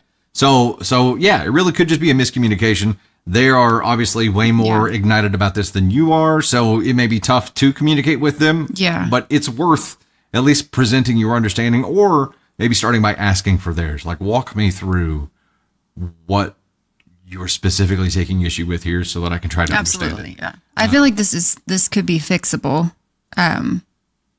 But I do think Zoe's going to need to drop the victim part of this and actually want to, so cute. And actually want to fix the problem, if that makes sense. You're going to have to step aside from that. we understand that you're hurt by this, but like in order to have clear communication, like some of her emotions are going to have to be put in check. Yeah. Because her husband or fiance reaching out on her behalf is, I don't know, is interesting. But obviously we don't know what the health, there's so many things. I think we need more information to really say who is what they are. Yeah. Do we have any mods on the YouTube side? Yeah. Okay. Well, I just got it. Okay. Okay. Yep. Sorry. Thanks for the heads up, guys. Appreciate it. Ugh. Oh yeah. I was like, Kitty Cat Queen, that's fair. hidden Like from the when you channel. were sick, you cocooned. You missed out on stuff. People can't wait for you. Yeah. Yeah. And the world does go on, but I think if it's your bestie, I'm sure one person had good intentions. The other person received that in a negative way, right? So hopefully you Yeah. get the chance to talk. And depending on how much you actually care about this friend, I think that dictates like how hard you try right now, right? So hopefully you go for it. right. I would have. What do you have to lose at this point?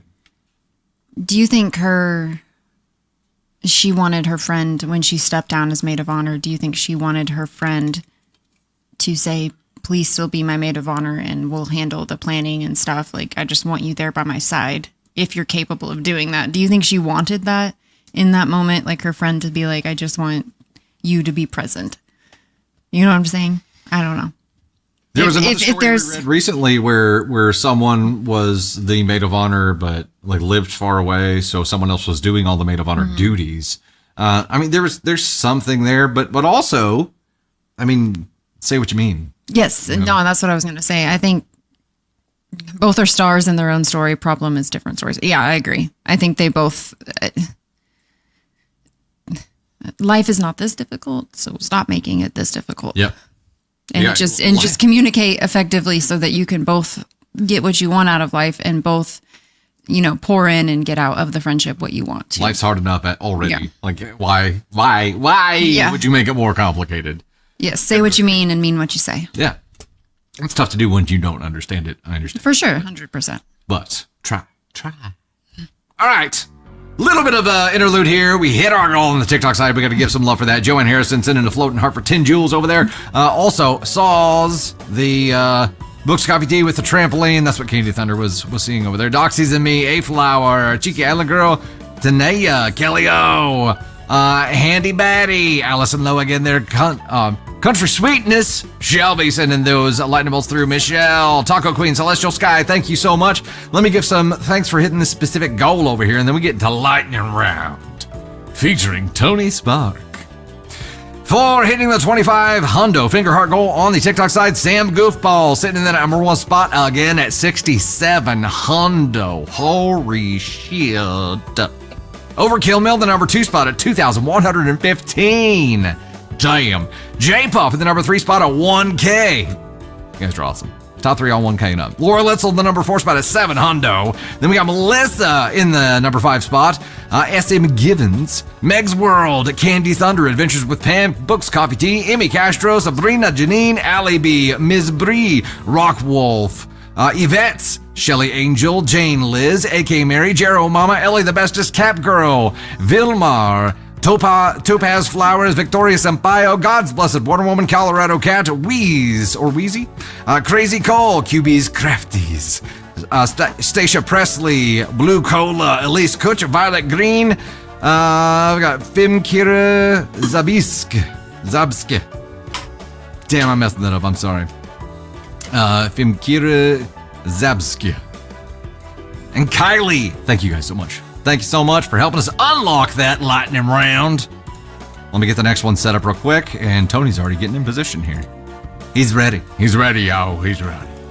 This one would unlock a cake story with Caden feedback. And... uh-oh. Jean-Luc Picard, calm down over there. You don't understand the reference. Who understands the reference Jean-Luc Picard? You make me sad.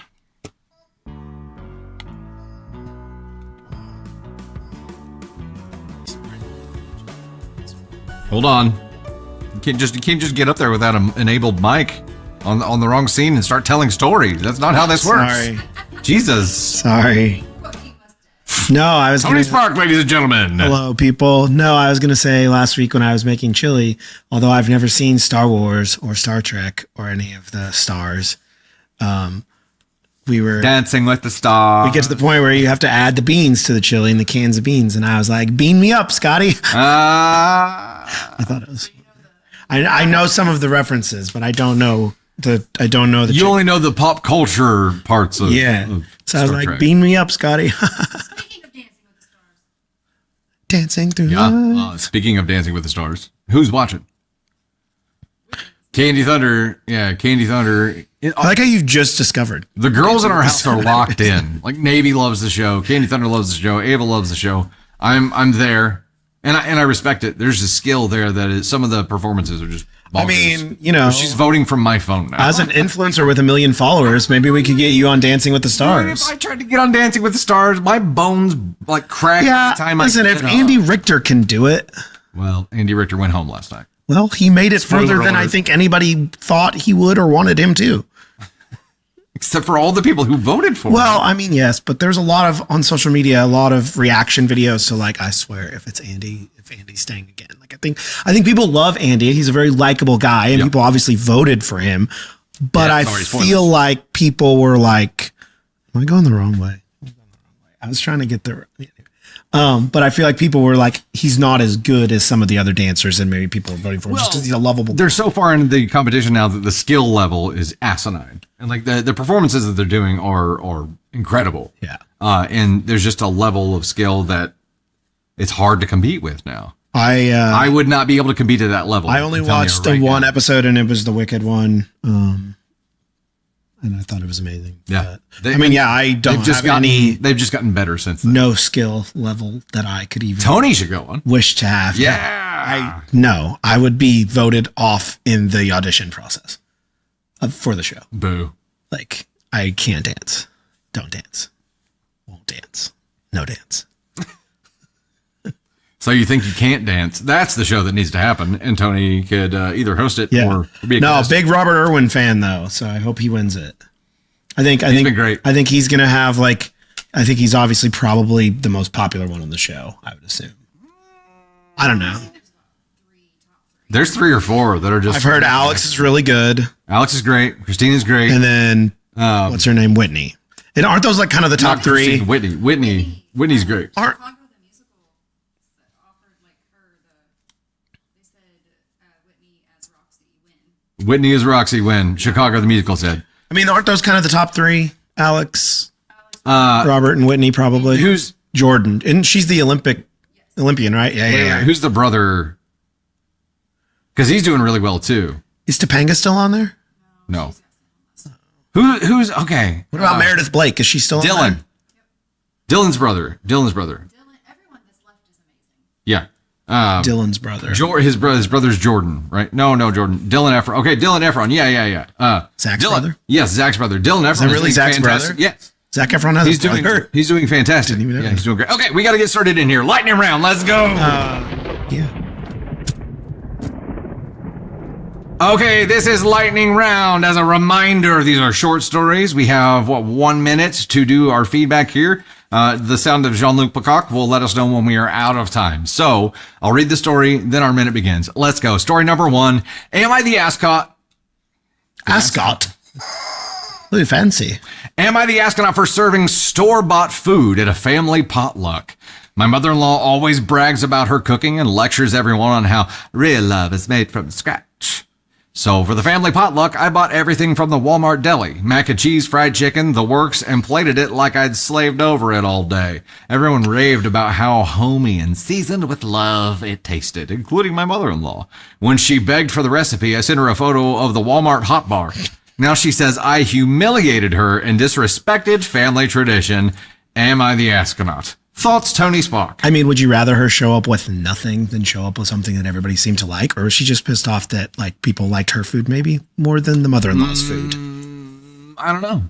But I would counter this and be like, hey, you said, this was supposed to reflect the kind of love I have for you, huh? Hey, sometimes you don't have time to make all that from scratch. And you know what? Walmart Deli has some good options. Yeah.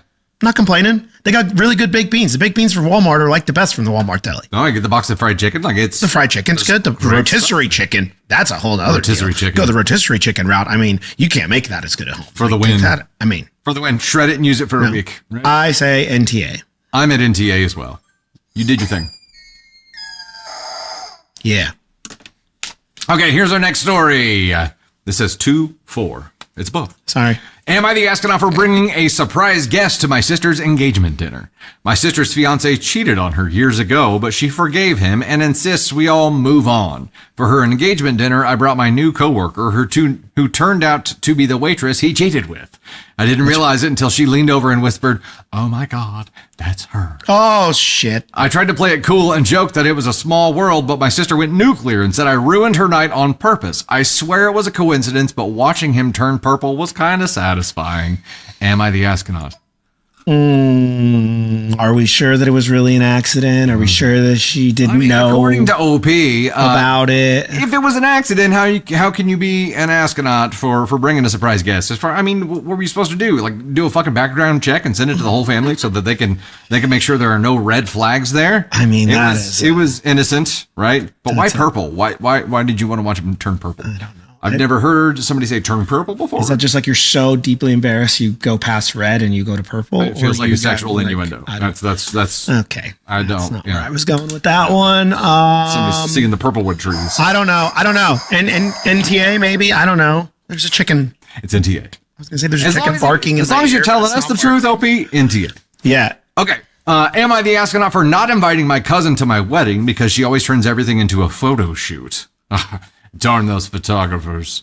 My cousin, 28 female, isn't even a professional influencer, but she shows up to every family night with a ring light, tripod, and multiple outfit changes. She makes everyone reshoot candid moments until she looks perfect, and even stopped my parents' anniversary cake cutting once because the lighting was bad. I love her, but I don't want that energy at my wedding. My mom says I'm being petty and that family is family. But I just want normal camera-free celebration, not to make me and my remaining family members her unsaid real characters. Am I the astronaut? Those are the worst kind of people. I don't know. I think that's so obnoxious.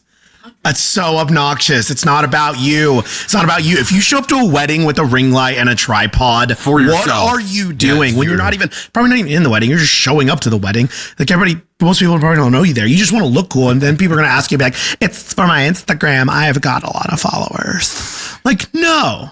What? Stupid, dumb. There's a version of this though where you. Okay, Dylan. I thought about Dylan. Yes, but no. Sorry. There is a version of this where you don't have to not invite your cousin. You could just say, "Hey, don't bring that shit. There will be none of that shit." Like have a conversation up front. What's going on over there? What is happening today? Okay. Also, yes, Dylan, I did do that, but I didn't really do that. I didn't show up with a ring light and a tripod, and also that video was requested on part of. It's fine. Kind of not really requested, but people loved the idea, so they were all about it. It was fine. It's so embarrassing, David. Also, if you want to know what Dylan's talking about, you should go follow at Tony's Bark and watch my video. Thank you. All right, next one. My mother-in-law told my fiance to not have kids. Me and my fiance are planning to get married next summer. She has been really rude about it, and in one of her discussions with my fiance, her son, she told him to think really carefully about having kids, that he would have to face the consequences of his actions, and that he can't count on her for anything. She wouldn't support him on that. I'm devastated. I always wanted a happy family full of love, and I wanted my kids to feel loved and welcomed by the family and to their grandparents. How should we deal with this? I can't wait for the follow-up on Reddit / just no mother-in-law next summer at the wedding, because that's what's going to happen with this lady. What? I'm a little confused about why a parent wouldn't want their, like, don't procreate. Like, I don't want to have grand. Now, look, Caden Thunder and I had a conversation whenever, we were going through the process to have Navy, and I was like, hey, man, I just don't want to be a grandpa and like another new dad at the same time. I just want to make sure we're on the same page about that. That's different. This is just like either she really doesn't like you and doesn't want to have grandkids that have any parts of you, or she just didn't want to really be a grandparent, period. those both kind of suck. But you just don't include her. Yeah. I agree. Yeah. All right, ladies and gentlemen, that was Lightning Round with Tony Spark. Yay. And if you guys are wanting to know what the video that Dylan's talking about, it's on my TikTok at Tony Spark _ you should go follow me. I'm not close to 1 million followers, but if you don't follow Dusty Thunder already and you're watching this, we are so close to 1 million followers. And we shot probably my favorite video that we have shot to, like, we did all those teasers, we did all the things. The video, thanking our 1 million is exciting. I'm so excited for this video. It's the best. It's so funny. I've laughed so much. Yeah, you will enjoy it more if you're a Schitt's Creek lover. I will only say that. And if you're not, you're going to absolutely love it anyway because it's hilarious. And it's a pretty big deal. That's all I'm going to say. No, don't leave the stream to go watch it. No, the video's a pretty big we got deal. 30 minutes left. Honestly, we got. It's pretty good. The crowing sounds are fire tonight, Caden. I mean, honestly, it can be sent to Dancing with the Stars, America's Got Talent. It could be sent to a lot of different places. Props to Jean-Luc Peacock for being our timer here today. It wouldn't be the same without him. Do you have anything to say about the performance in the Lightning Round today? Don't put the mouth up to my ear. Why would you do that? Why? It's really loud. Yeah, no shit. I didn't know that's where the sound came from. Where did you think the sound came from?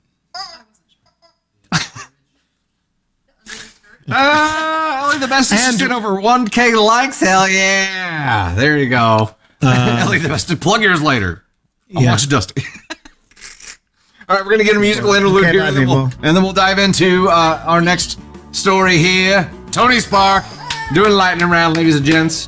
Was that your first time doing Lightning Round? Hot damn. I think you did great. You did fantastic. It's different. Like, it's something you've got to work up to, right? Have you done Lightning Round yet? I did it last week, Dusty. So my brain's sludge. I don't think so, Dusty. I'm sorry.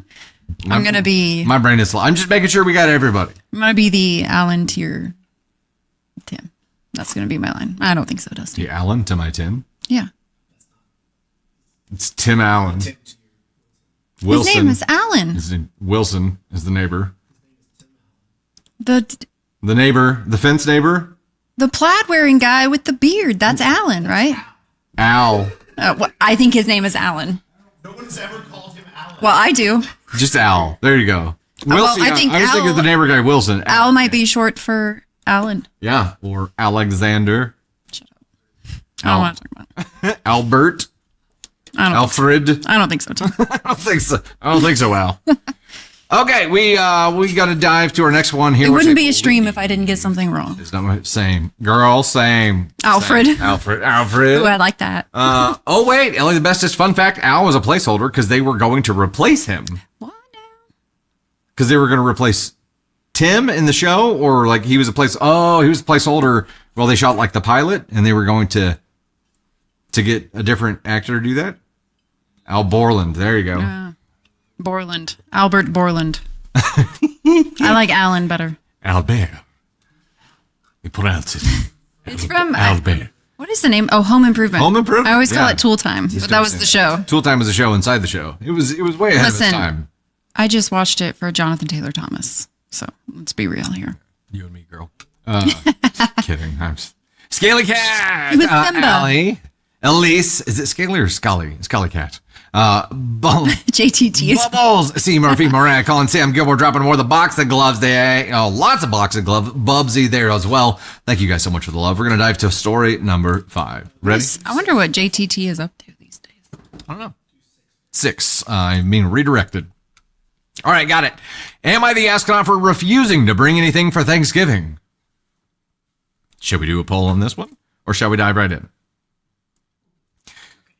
50% of the time, I'll motion to Candy Thunder and I'll say, shall we do a poll? And she keeps staring straight ahead like nothing is happening. and then I'm like, would you like to start a poll? And for about 3 more seconds go by. And then it's like, oh, I love you. I love you. I love you. JTT's a writer and director now. Cool. Oh yeah, he was Simba, wasn't he? Yeah. Did he do the singing or just the VO? I wonder.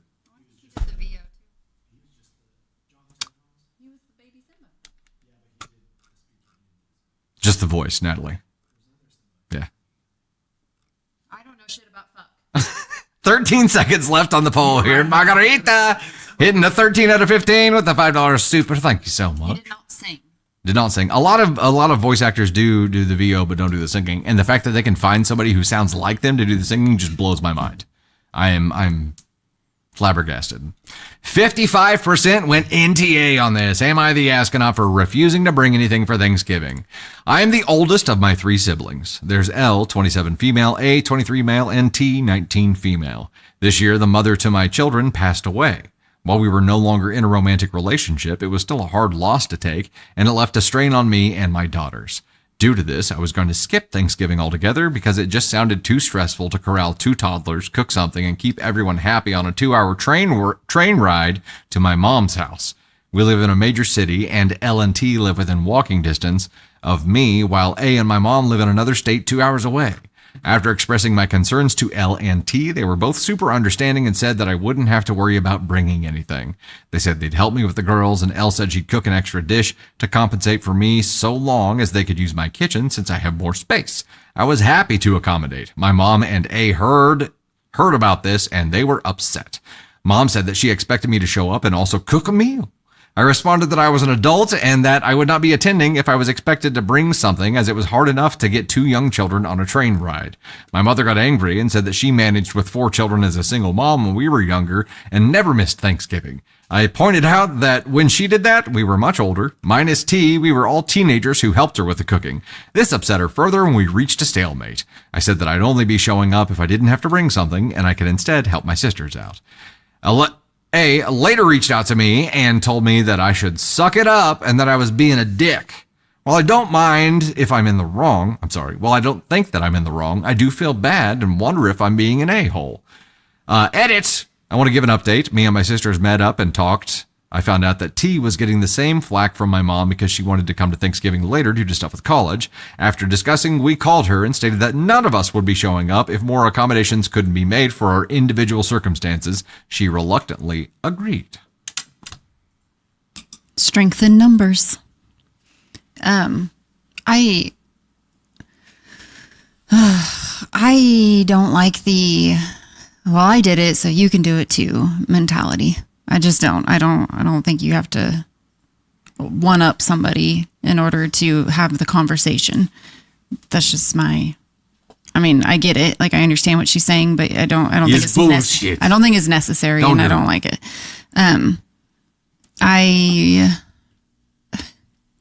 Like, the sisters already offered to help in the beginning of the story, offered to make something.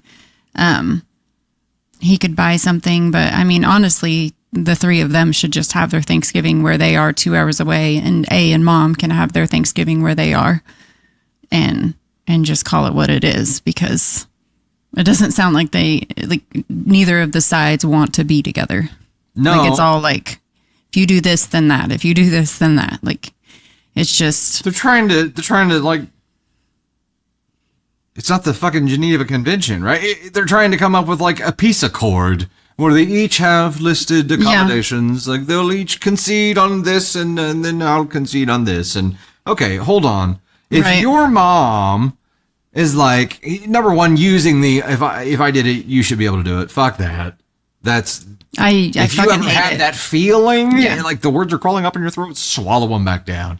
You're different people. It was a different time. The circumstances will never be the same. Just fucking don't. Okay. The fact that she did that does not help her situation. But my biggest problem, hey, Tony, would you mind asking that? My biggest problem with mother-in-law here is that your daughters, OP, just lost their mom. Yes. Yep. She gives 0 shits about that and is like, well, I was expecting you to come in to cook. Okay, hold on. Things are not the same as they were last Thanksgiving. Right. Shit has changed. Like, you have to, like, I understand it's going to be different for you and there's some discomfort and things being different, but guess what? The whole fucking world's different now. Deal with it. If the only difference that you have to deal with is Thanksgiving being a little bit different this year, consider yourself fucking lucky, because my daughters are waking up every fucking day right now and the whole world is different because their mother doesn't fucking exist. Shut the fuck up about the turkey, about the fucking pie, about the gravy. If you want it, make it happen. Right. You should be able to. I did it last year. Hi, sorry. I'm so proud of you. That's where all my pissed off came out. No, it. Apparently. I'm triggered by gravy. It was amazing, and it's 100% accurate. I kept going back. It's almost like that got buried. You know, It doesn't. That got introduced and then it got forgotten in the story, even by OP as they're explaining everything here. And I'm like, whoa. Like, mom doesn't care that her grandchildren lost their mom. No, all mom cares about is that her Thanksgiving remains the same. Right. As she is used to. She was expecting you to go through a lot of pain to provide a consistent experience to her. She has to understand that none of the providers of that consistent experience have the consistency to be able to pass forward right now. It just doesn't fucking exist. It doesn't. Just sorry. Yep. If I'm that mom, I'm like, just get yourself here and those babies so we can love on them, because this is one of their first holidays without their mom. Yeah. Like, don't care about the shit. I don't care if we have pizza. Like, I just want you guys to be here so that we can be together. Yep. Or better yet, I'll fucking come to you. I'll bring my stuff and come to your house, and then the girls don't have to get out. Blah, blah, blah. Whatever. But Jesus, this mentality that I did it, so you have to do it too, it's just toxic as fuck. Like, it doesn't, I don't want my kids to have to go through the same thing that I went through. I wish their life was just a little bit fucking easier. And I know that my mom wishes the same for me. Yeah. And I wouldn't want my kids to suffer through life just because I had to suffer through something. I'd want to be able to help them learn those lessons without the fucking toxic trauma bullshit that comes along with it. And for people to use this excuse so often, it's like, big fucking deal. I'm glad for you. Good job. I don't want my kids to ever do any of the things that I did. Yeah. And similarly, like, you don't want your kids to have to be in the situations that you were in to do what you had to do to get to where you are, right? But you want them to have an easier path. You can't protect them from everything. You can't. But if there's like one thing less that I could protect them from, like, fuck yes, I'm going to do it, because I know what it fucking felt like to have this happen to me in high school or whenever. Like, I don't want them to have to suffer through that. I'm not going to control them and tell them exactly what to do. But if I can make their life a little bit fucking easier, fuck yes, I'm going to do it. Try to make it easier. Because the moment choose. The moment they walk out your fucking door, life slaps them in the face. Like, it gets so much harder. So stop making it a competition with your kids. And it's like the mother-in-law in the other story, like having to have it her way all the fucking time. Like, it does not have to be this hard. It doesn't have to be this toxic. Yeah. Yep. Yeah. Just a little more understanding. There you go. Which is more important, my kids lost mommy or perfect Thanksgiving? Pick one. Right? It's that simple. And we know where mommy stands. Send her the Walmart chicken. It'll be fine. Bring a rotisserie chicken. That's right. It'll be fine. It'll be fine. All right, we're gonna move on to our next one here. Well, hold on. Let me get back and make the official determination here. This is officially an NTA, right? For refusing to bring anything for Thanksgiving, OP. You have every right to do that. And also, what the fuck? I would imagine there's more things that led up to this moment, I'm sure, besides just Thanksgiving food. This isn't the first time. So NTA for me too. NTA, official determination. There we go. Okay, bit of a reminder here. We are at 444. We're still plugging along for just a little bit here. We are at 788 of 2K. We hit the goal on the YouTube side. Look at you go. You done did it. Let me scroll back up and find where that happened. I missed it. Margarita dropped the 5 to hit the goal. Also, Shannon Jackson dropped the 5, said, Tilly Bean says hi to Candy and Tony. Hello, Tilly Bean. Hello. Well, I guess you didn't say hi to me. Fine, shit. Margarita dropping another one there for 13 out of 15. How's it feel?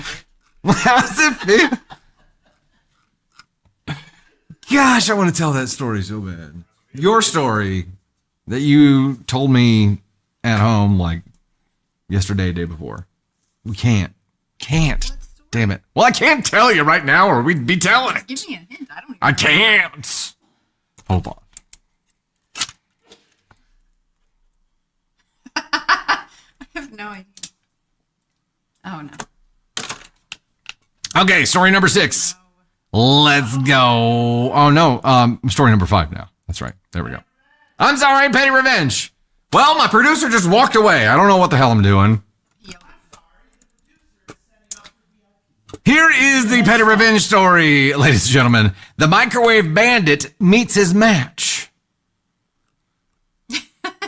The microwave bandit meets his match. At my old office, we had this guy named Tim who believed the commercial.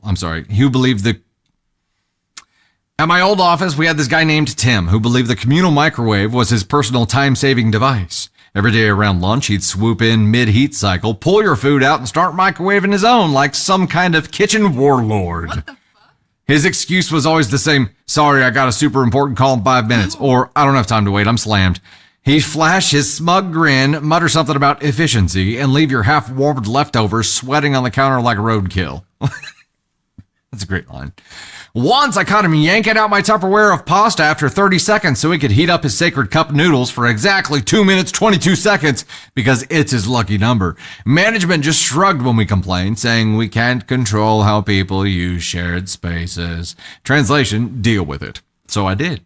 The next day, I came armed with my ultimate weapon, a bowl of pasta loaded with garlic, onions, and just enough fish sauce to violate several workplace air quality standards. I made sure to time it for peak Brad hour. Sure enough, as soon as the microwave beeped to life, I saw his reflection in the metal door like a vulture circling roadkill. It's the beep that calls him, isn't it? The microwave beep. He's like, it's the call of my people. And he runs in there every time. 30 seconds in, he swooped. Same routine. Pulled out my bowl, muttered, sorry, time crunch, and slid in his noodles. That line I do not like. I just smiled and watched the show. The smell hit him before the timer did. The combination of steamy garlic and fermented fish turned that break room into something between a science experiment and a haunted aquarium. Tim gagged, tried to fan the air with a paper plate, then threw out his noodles entirely. He spent 10 minutes spraying Febreze, which only made it smell like tropical fish funeral. From that day on, Tim started eating outside, rain or shine. The microwave stayed open and peaceful, like a liberated kingdom. And every time someone reheated fish afterward, we all just call it pulling a Tim. Petty? Sure, but the microwave has smelled faintly of justice and garlic forever.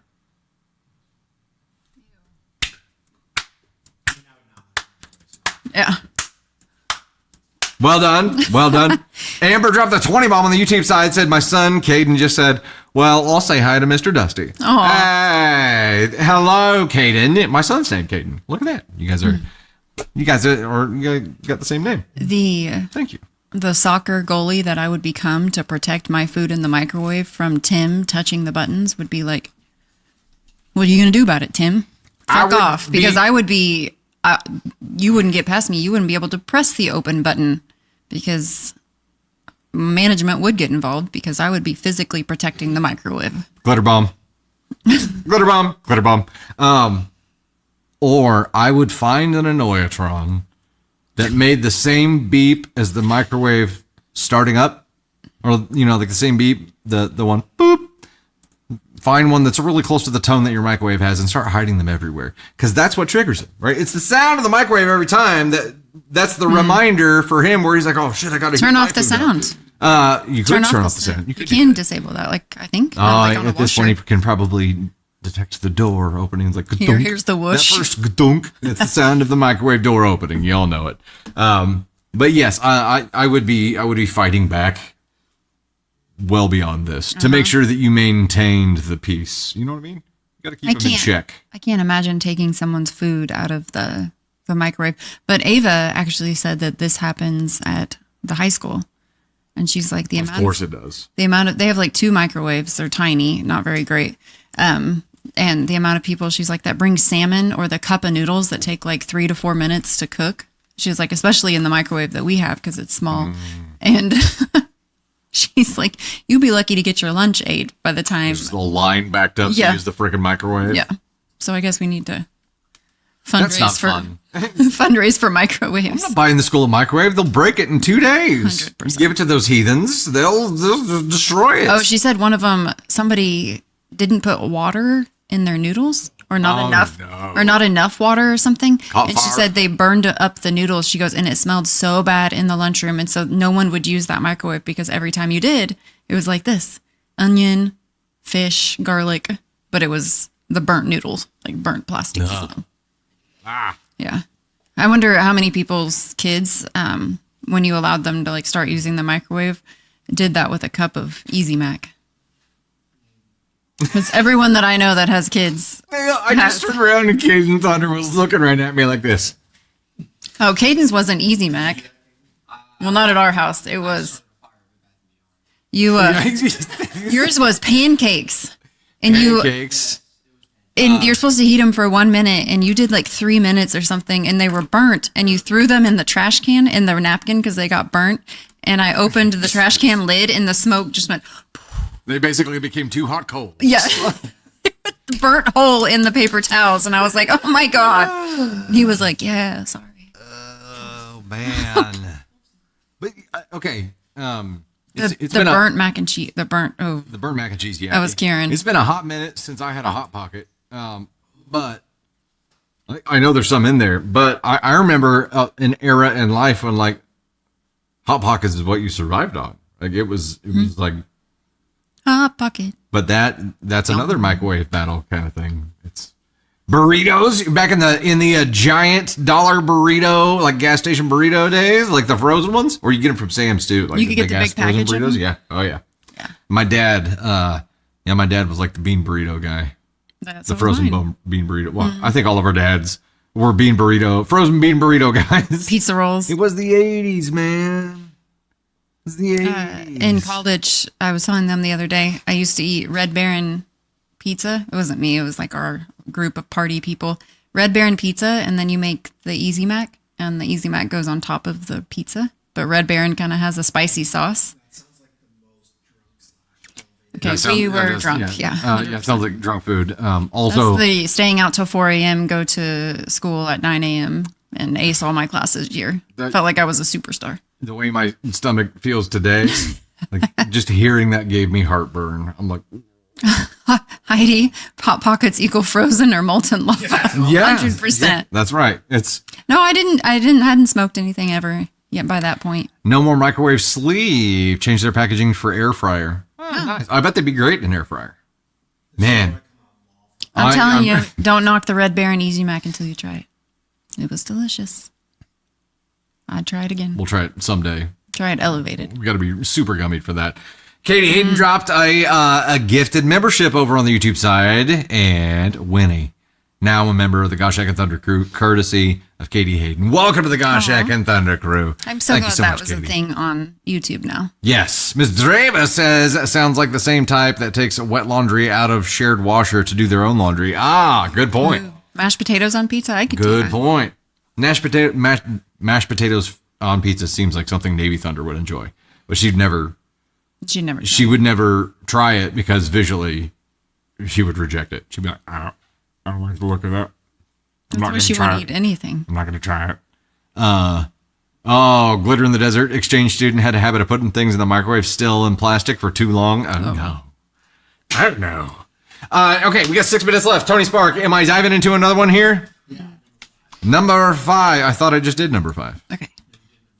Oh, okay. All right. Here we go. Last story of the day, ladies and gentlemen. So far, I've survived. See you, Shaner.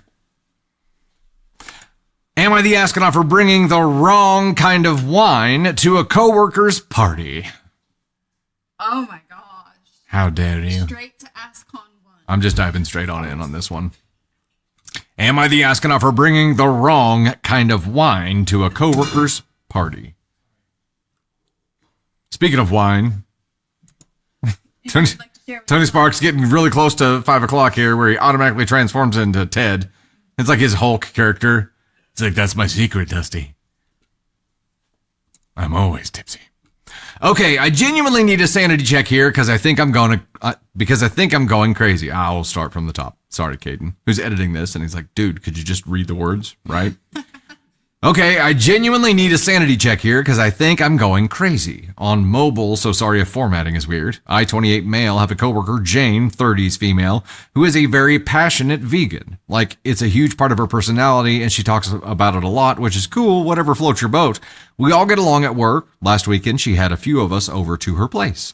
I was running super late and didn't have time to make a vegan dish. I felt bad showing up with nothing, so on the way, I grabbed a bottle of what I thought was a decent red wine as a host gift. I get there, hand it to her, and she says, thanks for having me. I'm sorry, words are hard. I get there, hand it to her, and say, thanks for having me. She looks at the label, and I swear her face just dropped. She looks at the bottle like I just handed her a bucket of KFC. She says, oh, thanks, in this super flat voice, and puts the bottle on the little table in the corner, like a corner of shame, away from all the other food and drinks. The vibe was just weird with me for the rest of the night. The next day at work, Jane's work bestie comes up to me while I'm making coffee and in this super hushed, intense voice tells me that many wines use animal products like fish bladders or egg whites to filter them. She said I was incredibly thoughtless and made Jane feel unsafe in her own home by bringing it. I was completely blindsided. How was I supposed to know wine has fish guts in it? I apologized to the bestie, and then I texted Jane and said, hey, I'm so sorry about the wine. I honestly had no idea. I'll be more aware in the future. She had texted back, I appreciate the apology, but your lack of awareness was telling. I need some space. Oh my gosh. Now, for the last few days, I've been getting the full-on silent treatment from her and her little clique. They stopped talking when I walk into the break room. I found out yesterday that I was removed from our non-work lunch buddies group chat. I feel like I'm taking crazy pills. I made an honest mistake about something I didn't even know was a thing. I apologize for it, but now I'm being treated like I kicked her dog or something. I think this is a completely unhinged reaction, but maybe I'm the asshole for not Googling it first. Am I the astronaut? Yep. Am I the astronaut? Did I commit some huge vegan sin I didn't know about? Look, you do you, but when you start trying to force your rules on other people, that's not okay. But this was a gift for her, so if it's a gift for somebody, should you adhere? I don't know. Well, they had no idea. I would have written sorry on a rib bone. Nice. How fucking dare you bring a bottle of wine?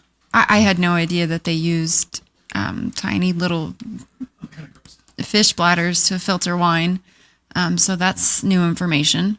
But I would say if it's new information to almost everyone here, that most people don't know that. Well, my first thought was red is more of a paired with meat wine, right? I mean, but a white is more like fish and chicken. So yeah, I don't know anything. I guess they all are supposed to. I don't know. I don't know. I don't know.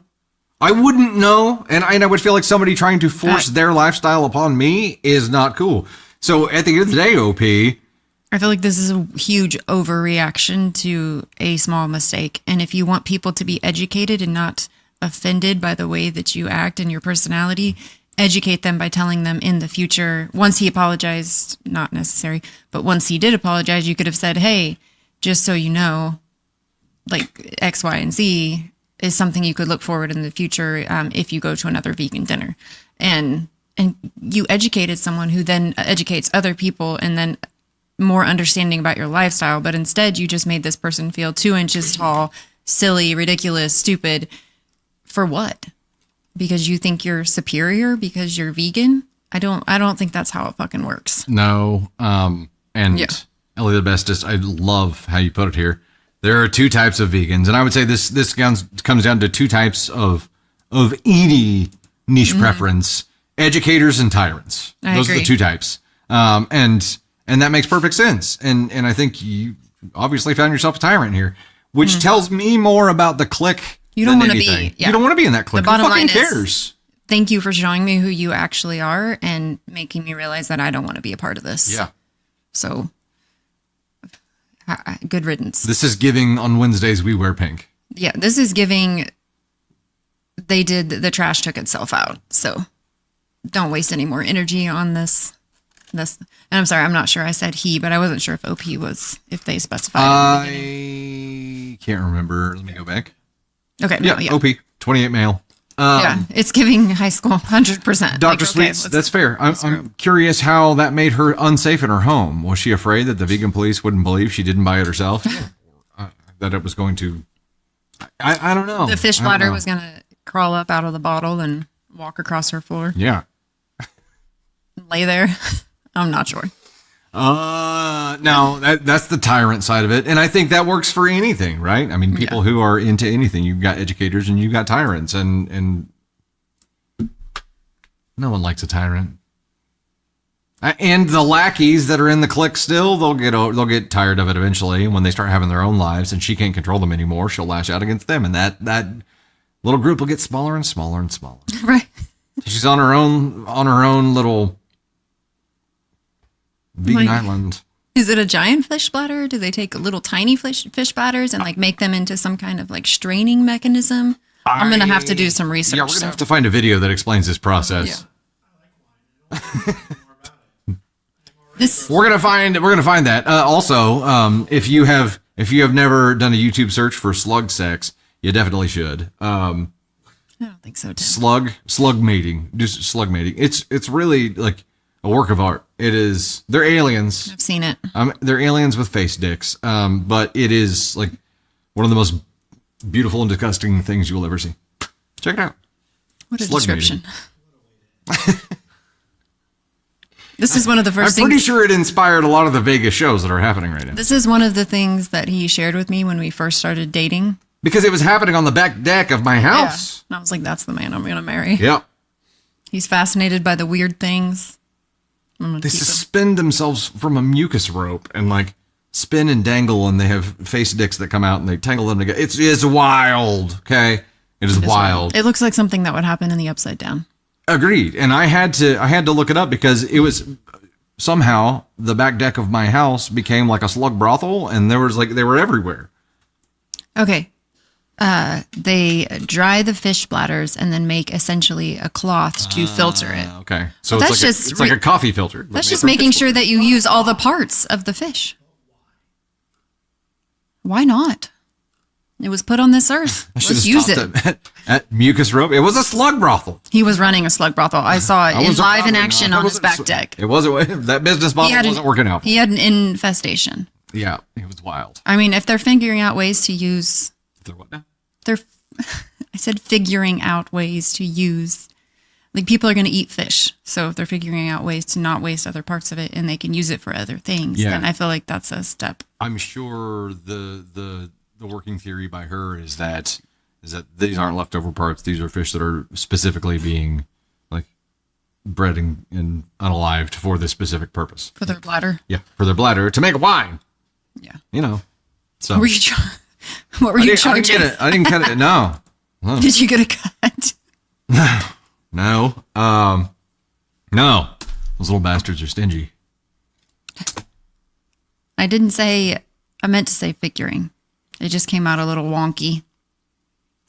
My teeth get in the way sometimes. I have to call her out when these things happen. I have to. It's my job. It's Cineglass. So, Yeah, I saw that on. Yeah. Stacia, thanks so much for hanging out with us. Tooth That is was a tooth two. It was a tooth two. There you go. That's it for us, guys. We are doing VIP today, so if you're one of the VIPs. Yeah. Somebody asked if we ate some candy today, and no, this is just authentic. This is just. These are the conversations that happen on the daily in this office. Yeah. The next public live will be Monday, November 17th. It is Monday, right?